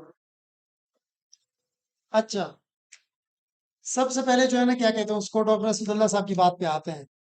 ڈاکٹر صاحب نے ایک چیز مینشن کر دی شروع میں کہ یہ جو انسانی حقوق ہیں، یہ جو کمزور ممالک ہے یا مسلمان ممالک کو دبانے کا سسٹم ہے، اور غزہ میں ظاہر سی بات ہے 80,000 لوگ شہید ہو گئے، 1 لاکھ لوگ شہید ہو گئے، انسانی حقوق کا ہے۔ اس میں دو باتیں ہیں۔ پہلی بات یہ ہے نا کہ جہاں تک یہ ہے کہ یہ سسٹم جو ہے یہ مسلمانوں کو یا غریب ممالک کو دبانے کے لیے ہیں، یہ اس لیے یہ بات مجھے صحیح نہیں لگتی کہ جو امیر ممالک ہیں انہوں نے رائٹس اتنے دیے ہیں کہ آپ حیران ہو جائیں گے۔ اب ظاہر سی بات ہے، رائٹس انسان جب رپورٹس آتی ہے نا، اقوام متحدہ میں رپورٹس جمع ہوتی ہے NGO کی، ایکسپرٹ کی، ماہرین کی، اور ظاہر سی بات ہے وہ پاکستان کو ٹارگٹ کریں گے، وہ سعودیہ کو کریں گے، وہ ایران کو کریں گے۔ وہ اس لیے نہیں کریں گے کہ یہ مسلمان ہیں، وہ اس لیے کریں گے کہ جن معاہدات کے تحت یہ پارٹی ہے، فریق ہے، ان معاہدات پہ عمل نہیں ہوگا، صحیح ہے؟ وہ اس لیے کریں گے کہ یہ چیز جو ہے نا وہ اگینسٹ ہے، اس میں ظاہر سی بات ہے ایک بیسک کنفلکٹ تو دونوں چیزوں میں ہے، ایک بنیادی اختلاف ہمارا اور ان کے بیچ میں ہے، وہ یہ ہے کہ ان کا جو نظام ہے یہ انسانی حقوق کا یا پورا نظام وہ انسان کا بنایا ہوا ہے، جبکہ ہم کہتے ہیں کہ ہمارا جو نظام ہمیں دیا ہے وہ ہمیں شریعت نے دیا ہے اور وہ خدائی قانون ہے، ٹھیک ہے؟ یہ ایک بنیادی اختلاف ہے، یہ اختلاف ختم نہیں ہو سکتا۔ اب جب یہ اختلاف ختم نہیں ہو سکتا، وہ لوگ جب ٹارگٹ کرتے ہیں، وہ لوگ اس لیے ٹارگٹ نہیں کرتے کہ مسلمان ہیں، وہ اس لیے کرتے ہیں کہ وہ اپنا نظام یا اپنا جو انسانوں کا بنایا ہوا سسٹم ہے وہ اپلائی کر رہے ہیں، یا کبھی کبھار ہم وائلیشن کر رہے ہوتے ہیں، ہم نے معاہدات کو سائن کیے ہوتے ہیں، دستخط کی ہوتی ہیں، پھر اس کی وائلیشن کر رہے ہوتے ہیں۔ ایک چھوٹی سی مثال میں دوں گا، ٹائم ہے ہمارے پاس کب تک ہے؟ ہاں، 5 منٹ ہے اچھا، 5 صحیح ہے۔ میں ایک چھوٹی سی مثال دیتا ہوں، توہین رسالت کا بہت ہاٹ ٹاپک ہے، اور مغرب ہمیشہ اس کے اوپر چیختا ہے، اور یہاں پہ کہہ رہے کہ تو آزادی اظہار اور یہ اور وہ، ظاہر سی بات ہے جب ملک کی ساورنٹی ہوتی ہے، ایک آزاد ریاست ہوتا ہے، صحیح، تو وہ پھر قانون سازی میں بھی آزاد ہوتا ہے۔ مسئلہ مغرب کو توہین رسالت کے قانون پہ سزا سے نہیں ہے، مغرب کو جو مسئلہ ہے وہ ہے توہین رسالت کے اوپر سزائے موت سے، صحیح ہے؟ اب ظاہر سی بات ہے وہ بین الاقوامی معاہدات کی روشنی میں وہ بات کرتے ہیں، اس لیے ٹارگٹ نہیں کرتے ہیں اسی کے اوپر۔ اچھا، پاکستان میں آج تک توہین رسالت کے اوپر سزائے موت کسی کو نہیں ہوئی ہے، لیکن انگلینڈ میں ہو چکی ہے۔ 1800 میں انگلینڈ کے اندر توہین رسالت کے اوپر ایک پبلشر کو سزائے موت ہوئی ہے، اس نے کتاب چھاپی تھی اور اس کو اٹھا کے پھانسی چڑھا دیا، ٹھیک؟ ہاں، وہ پیغمبر کی شان میں خیال میں وہ بھی عیسائیت سے ریلیٹڈ کوئی گستاخی تھی، ٹھیک ہے؟ ہاں، توہین مذہب کے بیس پہ، صحیح ہے، تو وہاں پہ سزائے موت ہو چکی ہے، پھانسی ہو چکی ہے۔ مسئلہ آج کے دور میں یہ آتا ہے کہ ہم لوگ پارٹی ہے سیاسی اور بنیادی وہ شہری حقوق کا، اس میں سزائے موت کے اوپر تھوڑا سا محدود کیا گیا ہے کہ آپ سزائے موت انیوا نہیں دے سکتے، صحیح ہے؟ اس لیے پھر وہ زیادہ تر ان کا رخ اسی طرف ہوتا ہے، اور دوسری بات یہ ہے کہ 80,000 لوگ شہید ہو گئے، اور 80,000 میں کہاں انسانی حقوق؟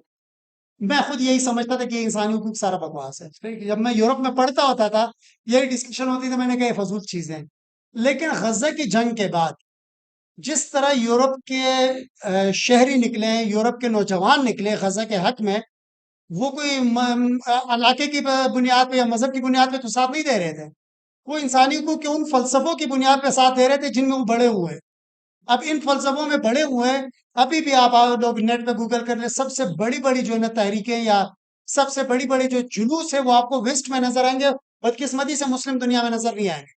پاکستان میں پنڈی اسٹیڈیم میں جو ہے نا وہ جھنڈے چھین رہے ہوتے تھے فلسطین کے، اور یورپ کا جب سے غزہ کے جنگ چل رہا ہے کوئی ایک ایسا میچ نہیں ہوا ہے جس میں فلسطین کے جھنڈے نہ ہو، اور بڑی تعداد میں نہ ہو۔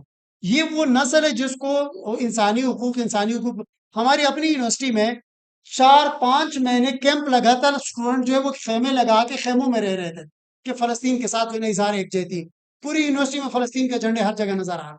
تو یہ انسانی حقوق کے وہ جراثیم ہیں، انسانی حقوق کا وہ تخم ہے جو وہ نوجوان بڑے ہوتے ہوتے جو ہے نا پہنچے ہیں۔ اب جب وہ دیکھ رہے ہیں کہ وائلیشن ہو رہی ہے تو وہ احتجاج کر رہے ہیں کہ کیوں ہو رہی ہے، ایک انسان ہے اس کے اوپر ظلم، لیکن ہو کیوں رہی ہے؟ ظاہر سی بات ہے ریاستوں کا پھر اپنا ہوتا ہے، وہ پھر عوام کو خاطر میں نہیں لاتی۔ اگر کیا کہتے ہیں اس کو، اٹلی کی حکومت ساتھ دے گی یا برطانیہ کی حکومت ساتھ دے گی، ریاست کا ایک اپنا سیٹ اپ ہوتا ہے۔ پاکستان کی ریاست کون سا ساتھ دے رہی ہے انسانی حقوق کے؟ صحیح ہے، پاکستان کی وہ ریاست نہیں دے رہی نا۔ تو جب انسانی حقوق کا ساتھ نہیں دے رہی تو ایک ریاستوں کے لیول پہ انسانی حقوق ہے اور ایک عوام کی سطح پہ یہ جو اتنے رنگ نسل اور مذہب سے بالاتر ہو کہ وہ غزہ کی حمایت کر رہے ہیں، اسی لیے کر رہے ہیں۔ اور یہ جو ابھی ڈاکٹر جو ہے سینیٹر مشتاق صاحب جس میں گئے ہیں، یہ بھی تو ایک سویڈش لڑکی لے کے جا رہی ہے، پہلے 2 بار اٹمپٹ کیا ہے، اس کو اسے گرفتار کر کے واپس بھیج دیتی ہے، پھر جو ہے نا کشتی لے کے چل پڑتی ہے کہ نہیں میں نے غزہ پہنچنا ہے۔ تو یہ وہ چیزیں ہیں جو کسی نہ کسی حد تک انسان امید، یہ جو اتنی چیخ و پکار ہو رہی ہے اسی لیے ہو رہی ہے کہ انسانی حقوق اور نسل کشی اور یہ وہ فلسفے ہیں جو پچھلے 60-70 سال سے جس سے دنیا گزری ہے۔ ٹھیک ہے، اگر ایک سوال ہے نہیں تو ختم کرتے ہیں۔ اگر ایک سوال کسی کے ذہن میں آ رہا ہو